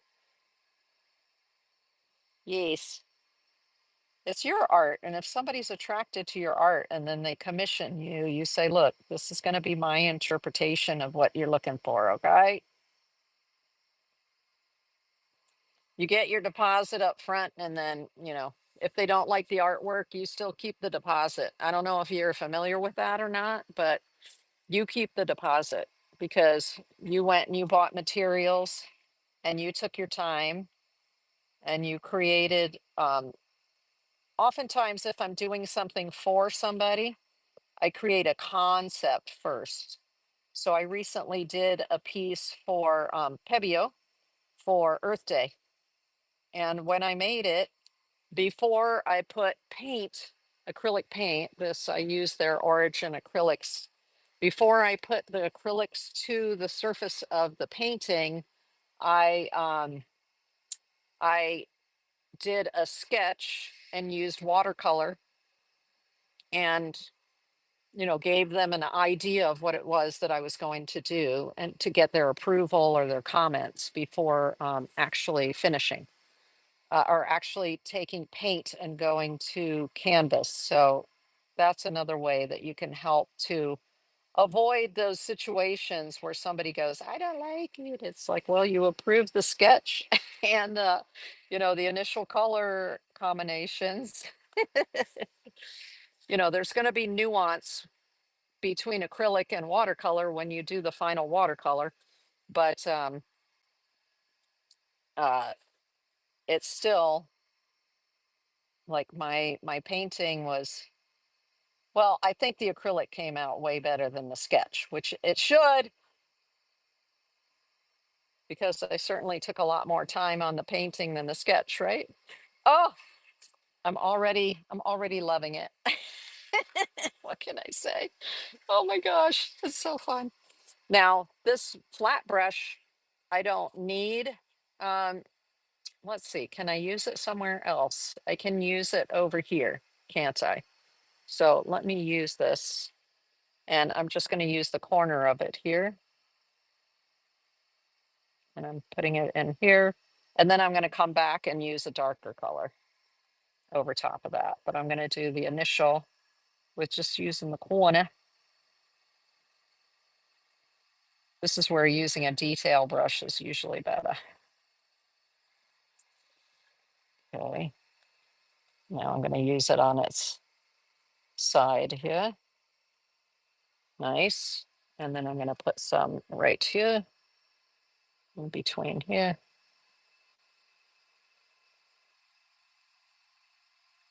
I just got a little bit where I don't want it. So I'm just going to use my finger, sort of wipe it off of the blue. It's okay if it went over the blue. I can always fix it later. But I don't think you're not gonna notice. It's so little. Okay, and then I'm gonna put a little bit right here in between there. Because we're doing orange in between these knuckles. And so I'm using a little bit of that orange in between the knuckles there, just with the corner. Okay, cool. Um, Now, while this is drying, and before I go on with the darker orange, so you can see in the illustration here, the AI image, you have some darker orange on top of the lighter orange. I'm going to talk about the concept of the color wheel and the difference between the why I'm using blue and orange like that, why that was good that the AI produced that for me. And that is that the orange is opposite blue on the color wheel. So here's blue on the color wheel, and here's orange on the color wheel. So the two, the colors that are opposite each other, blue, orange, like a violet, yellow, and red and green, if they're opposite each other, they look amazing next to each other. They'll vibrate at a rate, those colors, because colors vibrate, right? It's the amplitude, it's the vibration of the color create out of white that creates these different colors, right? So, oh, thank you. Somebody said, OMG, so good over on over on YouTube. Thank you very much. We've been having fun playing with an AI image to create a combination of an AI image and real real crabs. So these are the real crabs here. And then that I got off of Pixabay, and the AI image that I did off of Canva. And I showed earlier in the workshop. So if you missed it, you can always come back and watch the replay. But I showed how I generated that image from AI, the steps that I used. Um, and so that's what I used a combination of the two to create this image. But here we've got, so the blue and the orange will, the vibrate nicely when they're next to each other. But if you try to mix them, if you try to mix the opposite colors, you're going to get variations of browns and greens. So what I'm going to show you is, see where this says adding blue? This is how you use a color wheel. So adding blue, there's a little window down here. If I take blue and I add it to orange, notice it gives me like a mousy brown. You see that? Kind of a greenish brown, or like an olivey green. So um, that's why this is called a color calculator. These are good because you can take a color, either blue, yellow, or magenta, and you can turn it around and say, okay, what if I add red to this light yellow green? I'm going to get this like sienna kind of brown. So it can help you in your color mix. And this is adding white and this is adding black. to see what, so for instance, if you add black, this is very interesting. If you add black to yellow, I bet you didn't know this, but if you add black to yellow, you get like a green. Sometimes a much darker green, depends on how much black is in there. But who'da thunk, right? Huh?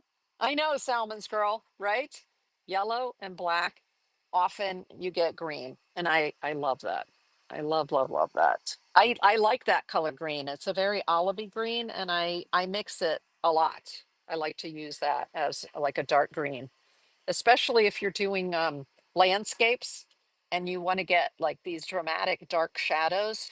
You take some yellow and you just put a dot of black in it, and I need time to paint. I know. That's why I do these workshops on Sunday, because it forces me to sit down and paint every week, right? And sometimes paint several days ahead of time so I can prepare for the workshops. Okay. Um, so this is almost dry right here. Let's see. In the meantime, while we're waiting for that, what else can I show you? Um, let's do some of the sand for the background. Okay. Actually, I want this light green here, like the water. So let me show you the light green first, and then we'll do the sand. So this, I'm going to, I don't need this anymore uh, at this point, because I'm going to go to a detail brush now. So I'm just going to clean that. And what happens is your water starts getting like crazy cloudy. So when I'm doing a session with gouache like this, I keep a container on my table. So here I have just an empty container and a container of water. And that way, when this water gets really grungy um, here, then I can just take it and pour it into here like this. And then I can refill this and right there. And I don't have to go to the sink. I mean, I could say, you know what, I need to get up, go get a drink or something to eat. And then maybe I jump up and I take it into the kitchen and I empty it and refill it. But you'll find that when you're doing gouache, you're going to have to refill your water pretty often. Okay, let's do some brown, but I'm going to put it on a different plate. All right. Oh, no, I'm sorry. The green first and then the sand. All right. Plus, I love the little eyes here. What are we going to do with the little eyes? The eyes. Here, let's do the detail. You know how I have the white here? What do I want to do with them? I might want to put just a teeniest, tiniest bit of that cream in there so that it's like a creamy white instead of just being white. Because that's what belongs, yeah, right? And then we're going to put a black dot and black all the way on the top. So this is, I'm just taking a tiny little bit of that peach that we made and a whole bunch of white so that I can get like a peachy white. There we go. Over the lines. There we go. Fabulous. And then I think I'm going to do the same thing right here. I just want like barely there, barely peachy, mostly white. Ew, it's like a little too white. Come on, peach. Okay, let's try it again. So here I am just mixing it right on the surface. Why not? Why not? It's fine. It's fine. Now, it's right now, there's so much white around it. You're like, Tristina, it looks like all you're doing is putting white on there. But actually, later, when when there's sand around it, then you'll be able to see that this will pop out more. Okay, cool. Cool. There we go. And then I am going to use more of just white right here. right underneath here. So right now you're like, why are you putting white there? There's white all around it. But later there's not going to be white all around it. There's going to be sand all around it. And so then it'll make more sense. Okay. Did I put the white in here? Whew.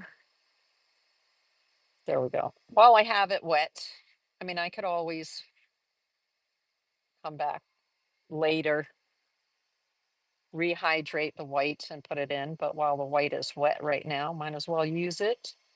So I'm doing a second coat to try to go over top of that blue line to try to get rid of most of the blue line from the pencil that I did. Let's do this.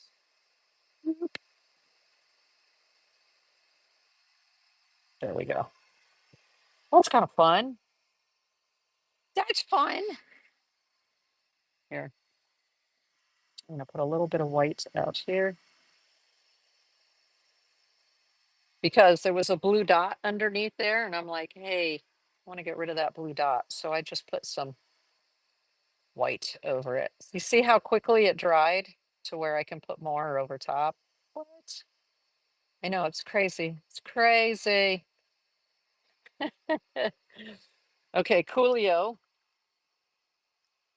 Hey there, Mikush Malinus. Mikush Malinus on Whatnot. And Yasin said, Salam. Yes, hello, Salam. And let's see. You know what I'm going to do first before I get into the sand is I want to put the black on right here for the little eyes because I think it's so cute. I want that contrast. So I'm just going to put a tiny dollop of black right here. Yeah, just a tiny bit.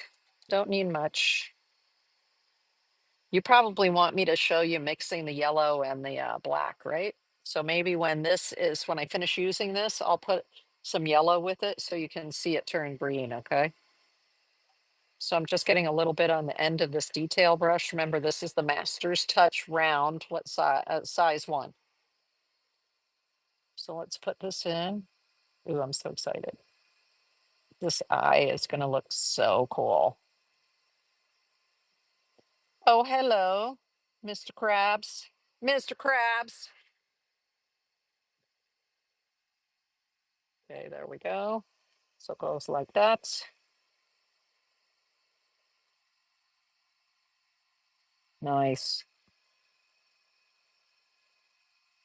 Now, the interesting thing is that besides this little black bit right here, besides that, there's actually a little black dot down here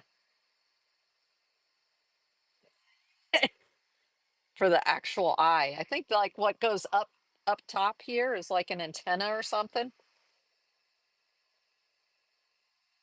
So there he is. Hello. Now it's like now he's starting to come alive, right? Once you start putting the eyes in there.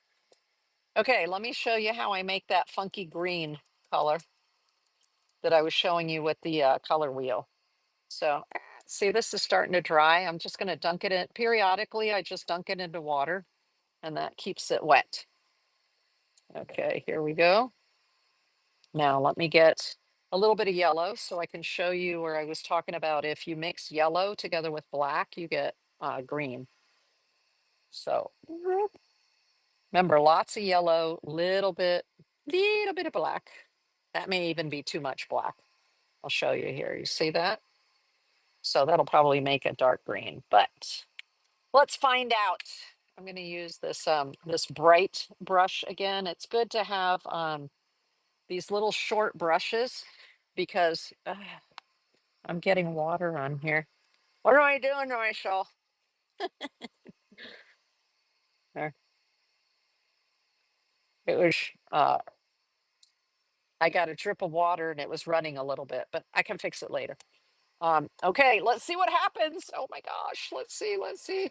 When I put the yellow and the black, yep.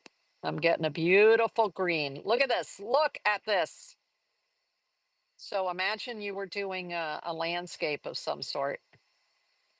I'm going to show you on here. I'm going to get it a little bit wet.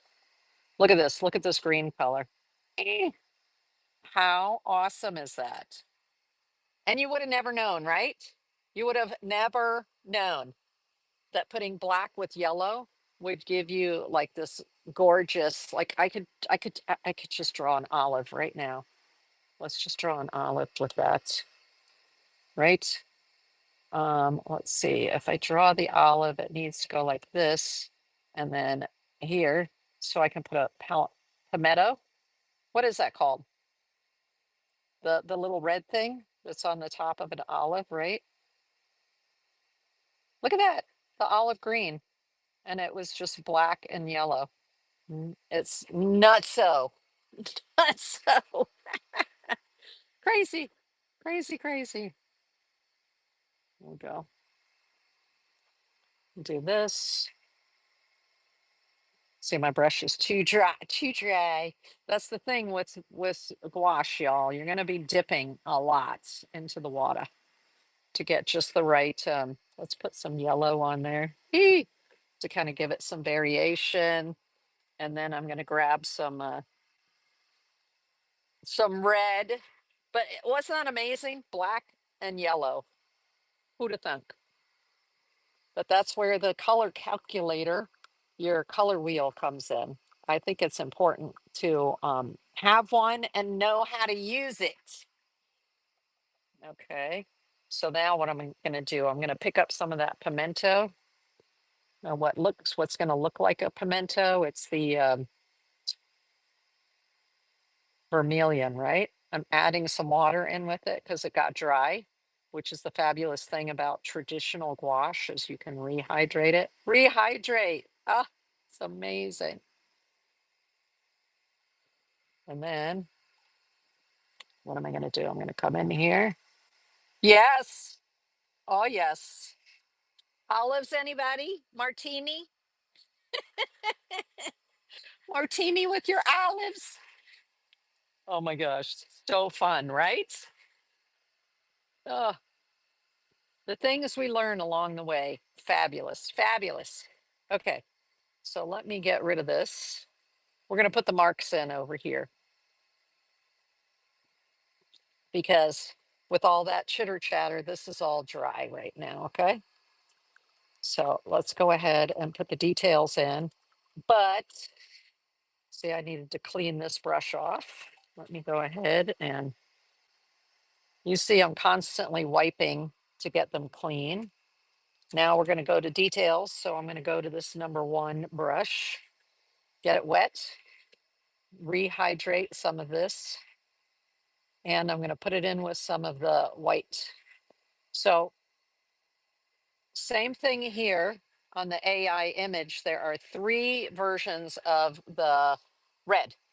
There are this orange. There's a light version, a medium version, and a dark version. Okay. So right now I'm adding some white to get my medium version, just like I did with the blue earlier. So we've got medium orange. Ah, okay. I'm gonna have to turn this little sucker so I can get it just right, just right. And we're gonna do like a little canopy thing here. There are these cute little sort of scallops along the edge here. I actually want it to be slightly darker than that. So we're just putting those in and they can be however you want them to be, right? Because it's your crab. So let's do that. I'm not worrying if it doesn't go all the way down because I'm actually going to be putting some dark orange in some of these spaces right next to the canopy here. Okay. Cute, cute, cute. Just these little marks. It's awesome. Looks so pretty.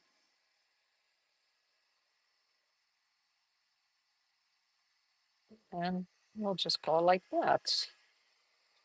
Nice. So now we've got this little, almost like a skirt, right?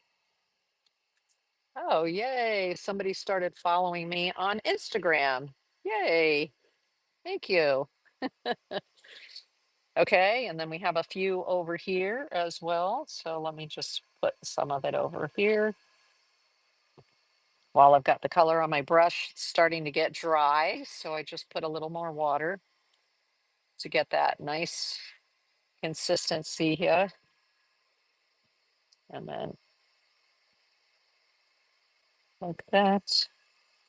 See if it's not bulky enough, if it has too much water in it, then it's a little bit transparent and you can kind of see the color underneath. So I'm going back a second time on that one to be sure that I've got the color uh, covering the lighter color. Okay, there we go. And then this one.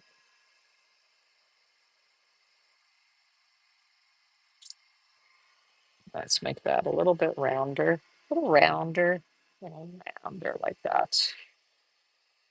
And like that. There we go. Ah, cute.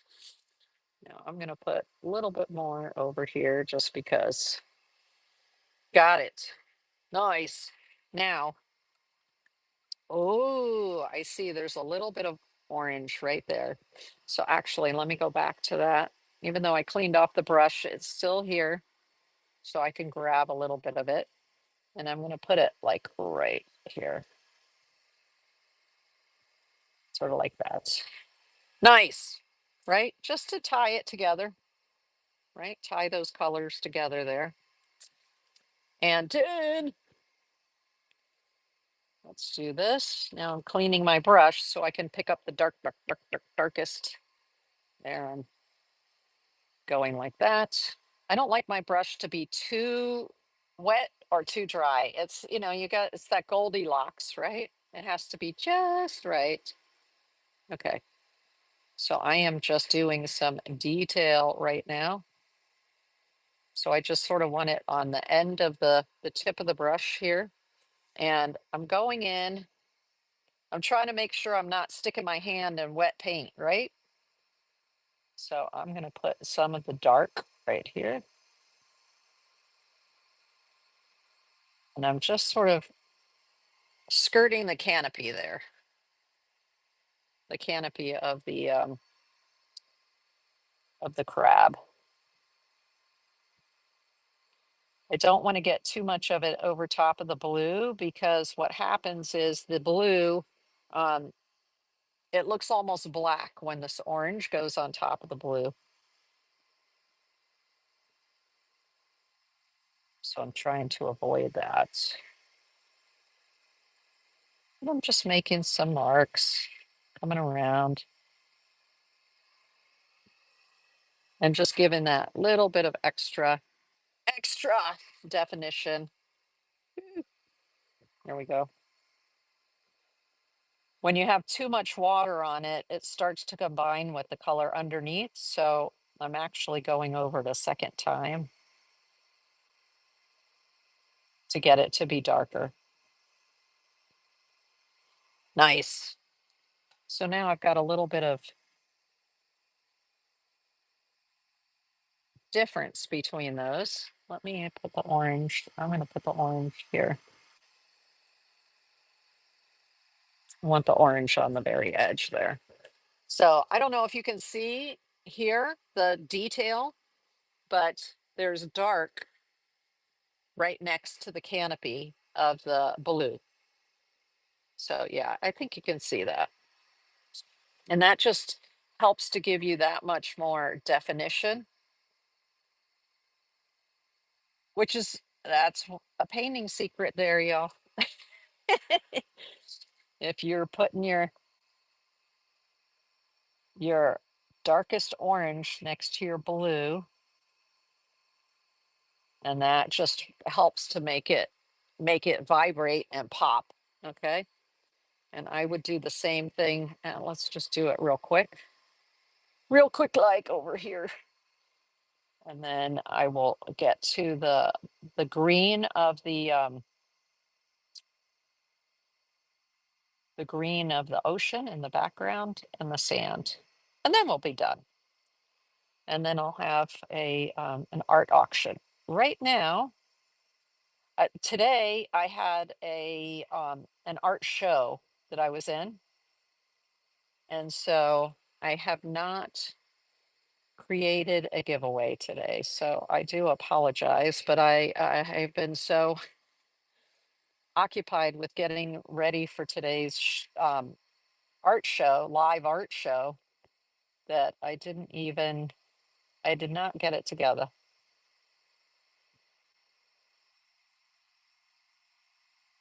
Okay, there we go. Nice. All right. Ah, lovely. I'm in love with him already. Or her, him or her. I don't know which one, but there you go. You can see that really makes that pop next to the blue. Oh, fabulous. So the vermilion is a very powerful dark orange. And so I showed you that orange and blue next to one another on the color wheel.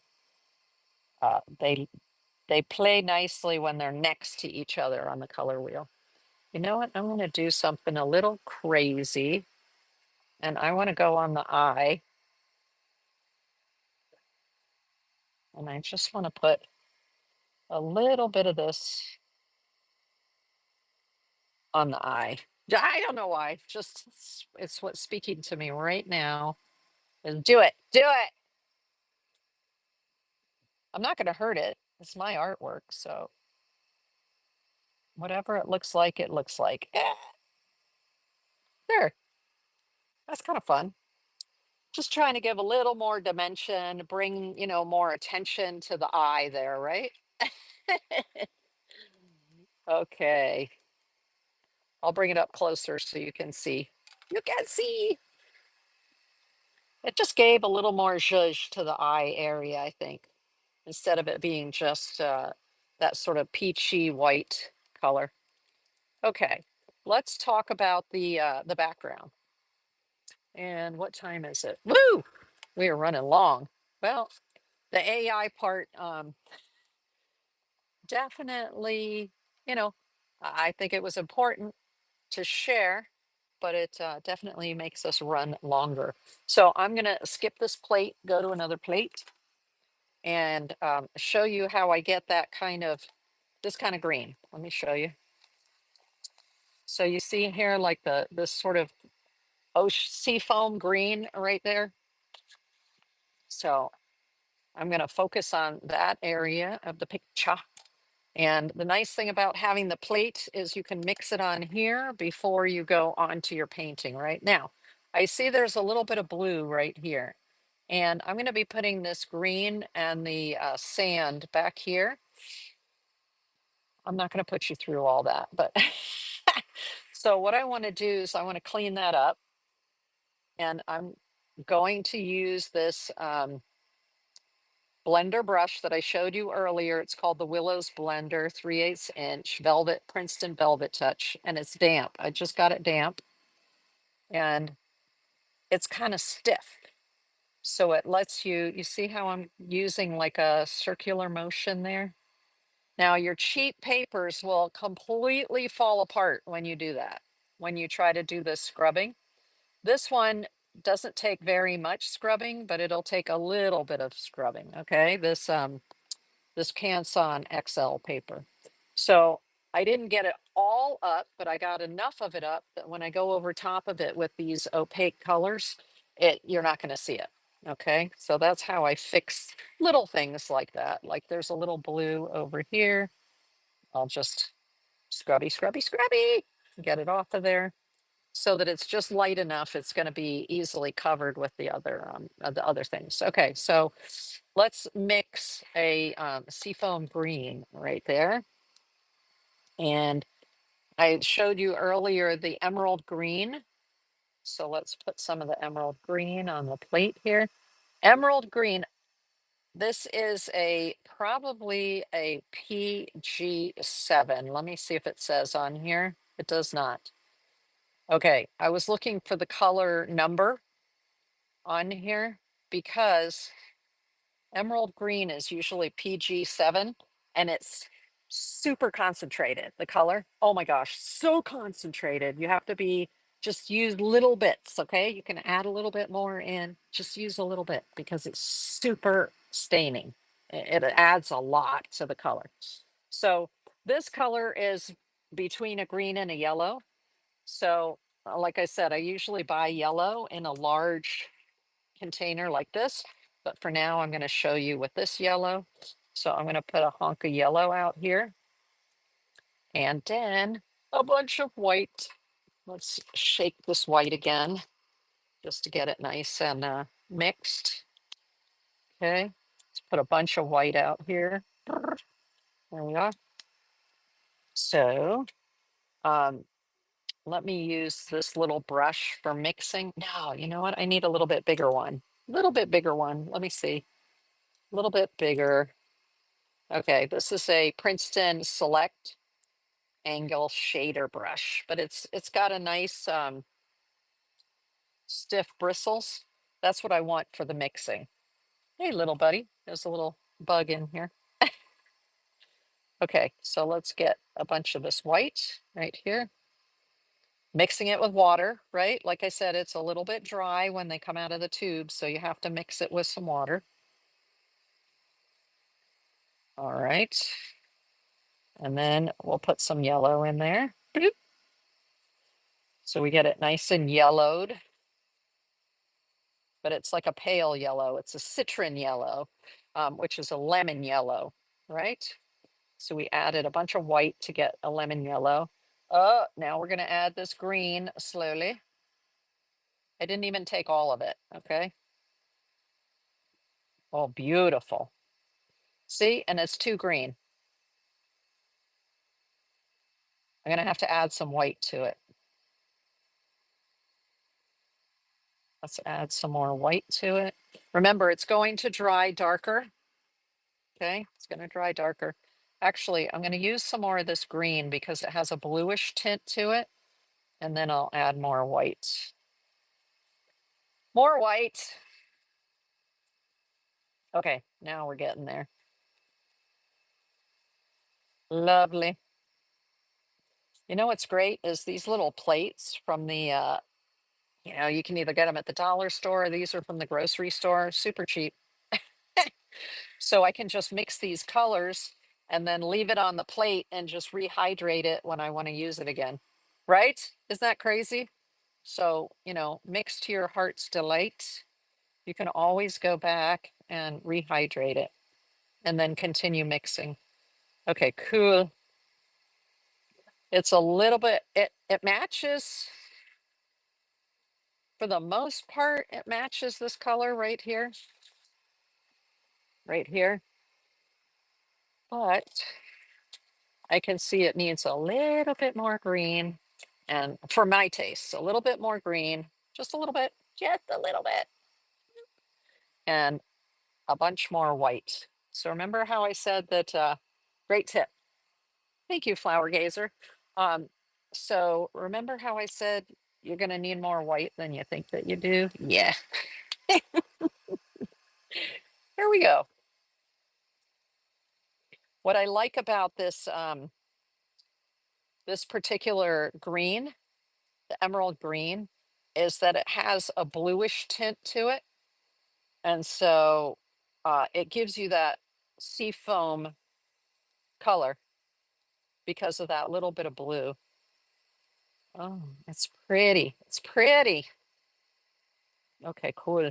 More yellow. I mean, more white. Unbelievable, because it's going to dry darker, right? Bloop. There we go. Plus, I may want to mix half lighter and half darker, right? Because, oh, there we go. There we go. Now that makes me happy. Oh, yes, the more white. There we go. So that's the color I was looking for. But now I've got a dark and I've got a light on the same plate, which means that I can put the light on and then I can come back and I can add some drama with the dark, right? Or vice versa. I can put the dark on and then come back and add some highlights with the light. So um, now I can go ahead and use this big brush because I'm going to be sort of putting it in the background. So here we go. Let's see. Let's see. What am I going to do?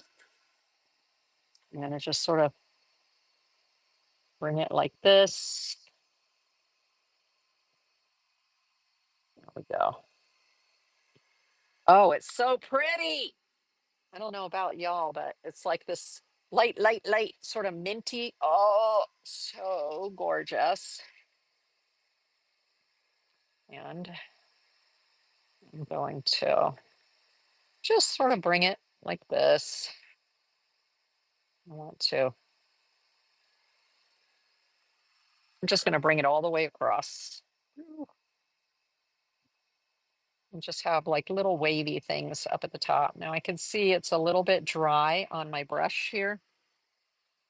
So normally I would stick a little bit more water on the brush, but I'm not going to worry about it so much right now. Oh, so pretty. Nice. Now I got a little bit right there. What am I going to do? Now I'm not worrying so much about the ends. And the reason is because what? I have my registration lines here that I put on earlier from what? A mat. So when the mat goes over it, right? You're not going to see that. It's just going to be sort of like that. Okay. So I can see that I actually, I want to bring this down like this because there's sort of like a tide thing right here. If you look here, see how the tide kind of goes like that, which is cool looking. Oh, I am loving it. Love, love, love it. And then I would use the dark later. I would come back with the dark to put, you know, some more, give it more depth, a little more of that.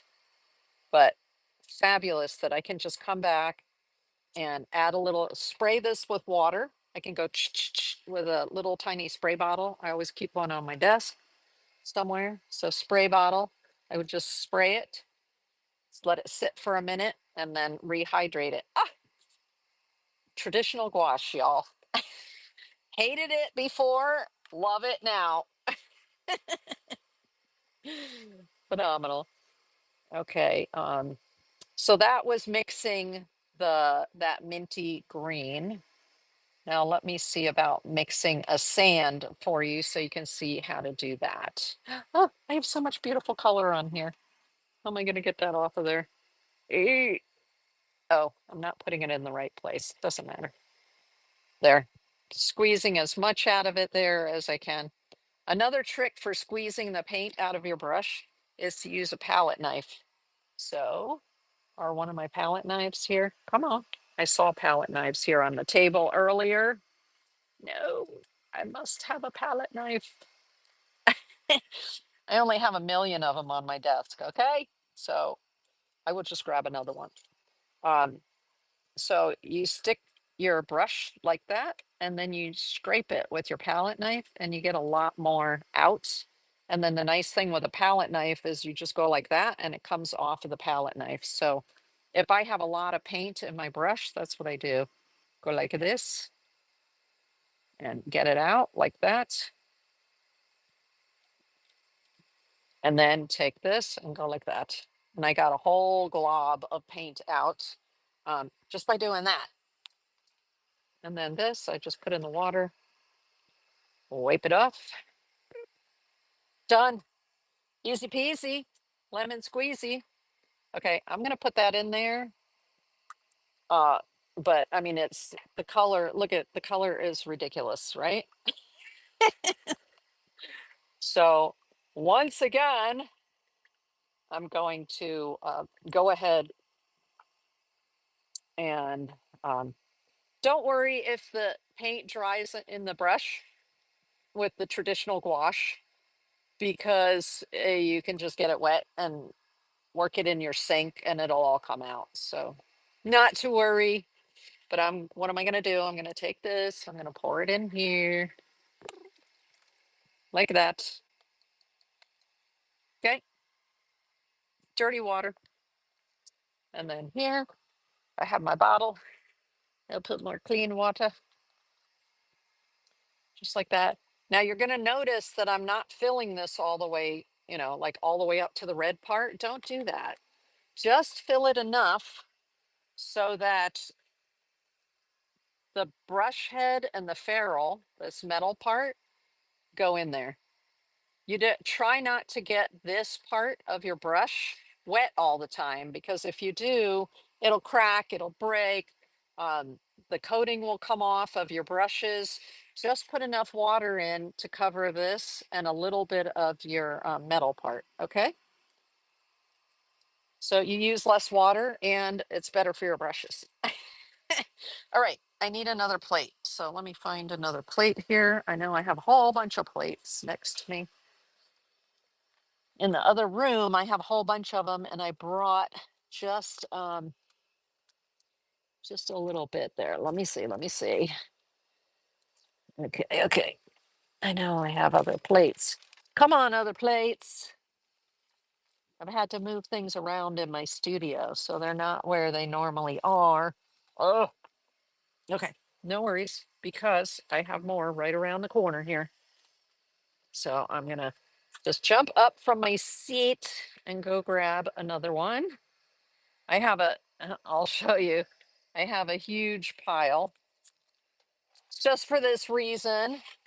So this is what I have at my other studio desk, right? I always keep a big pile like this so that when I want to mix another color, I just, if it's going to be a lot, I can just grab it like that. Okay, there we go. Here, let me put these next to me here. So let's do the sand. All right, so you can see how I would mix that.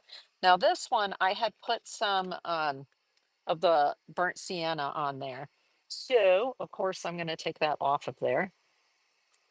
Just do this other brush again. Ah, I'm taking the big brush again. Let's take this. Come on, burnt sienna. You can do it. There we go. Hey, right? I can just rehydrate it. Thank you, traditional gouache. Totally rehydrated. What are we gonna do? What are we gonna do? I know you know what we're gonna do. I know you know. We're gonna add a whole bunch of white. What? This is why I get the big tube, okay? Thank you, big tube. Okay, let's start mixing the white. Now this is a little too red. The burnt sienna looks like pottery, like a pottery redware, if y'all are familiar with that. So we're gonna have to see here. It looks too red. That doesn't look like sand. So we're gonna have to add yellow, right? That's Now this actually has a kind of reddish look, but mm-mm. We need to add a whole bunch of yellow. So here's the big yellow tube. We're gonna massage it to get all of the binder in there. Here we are. Let's put some yellow over here. Nice. Okay. Hence why I buy yellow in a big tube. Okay. A lot more white, a little bit of yellow. Okay. Now we're getting there. Much closer. Much closer. There. That looks more like sand. Oh, let me squeeze it out of my brush because I have a lot of red on the brush. But that looks much more like sand. Now, when you're working on a painting like this and you have a large surface area, mix a lot, okay? It's okay if you have more than you need because what? You're just going to let it dry, stack up your plates. You can come back, grab that, spray it with water, and away you go. Use it again later. Okay. So, uh, no, normally I would just make all of this on the plate and then you just stack it when it's dry. Then when you want sand the next time, just grab the plate and away you go. So this looks like we got a sandy color. So let's put some in here and see what, oh, beautiful. Does that look like sand? Looks like sand to me. Lovely. Fantastic. Love it, love it, love it, love it. So that was using the burnt sienna, which as you can see has a kind of a reddish tone to it. And then I had to add yellow to it and a whole lot of white. And then I get sand. And that makes me so happy. Now the mandible, which is the place where the crab um, eats from, right? I need to go in there with a detail brush and grab that. Okay. Oh, I'm loving it. Now, if you want the sand to look gritty, you can always come back and put, you know, get some of maybe this reddish color and put little dots after this is dry, put little dots on there, right? And then that'll give it more of the look of sand. This angled shader brush is nice for when you want to do, when you have usually larger pieces and you want to really get a nice line going. You want to get in there and do the detail. I can do this and get a nice line. Just like that. With that tip, with the angle shader. Nice. Oi. So cute. The sand looks really nice right up against the blue like that. Fabulous. Fabulous. Now I'm going to do the mandible. So I'm going to take this. Hey there, Trina's Treasures. Welcome in over on Whatnot. And here we go. I'm just picking up a little bit of the color so I can do the detail here, the mandibles um, where they grind and grind up their food. So this little detail brush, which is the round number 1 from Hobby Lobby. There. And then here a little bit more. So I just wanted to get this part so you can kind of see what it looks like once you put in some of these details. Lovely, lovely, lovely, lovely. Oh my gosh, isn't he looking cute? Let's do it over here. Okay, so I am just about to end the workshop and get into the auction. So we'll be doing that in just a moment. Let me see here.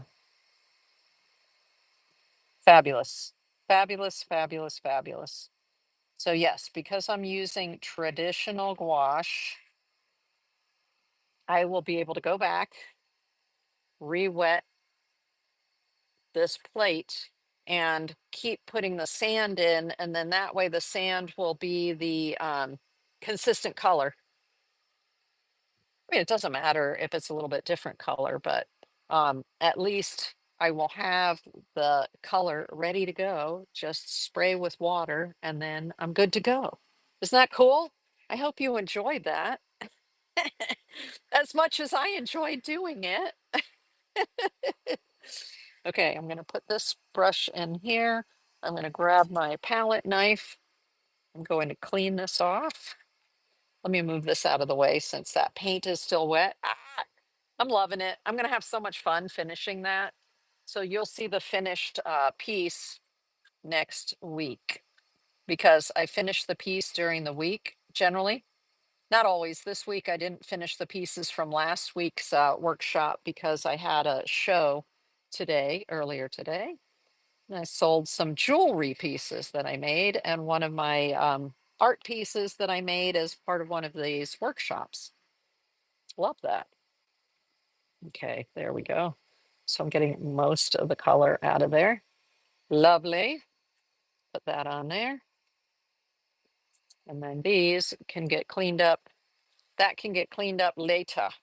And this will be set aside to dry so that I can use it again later.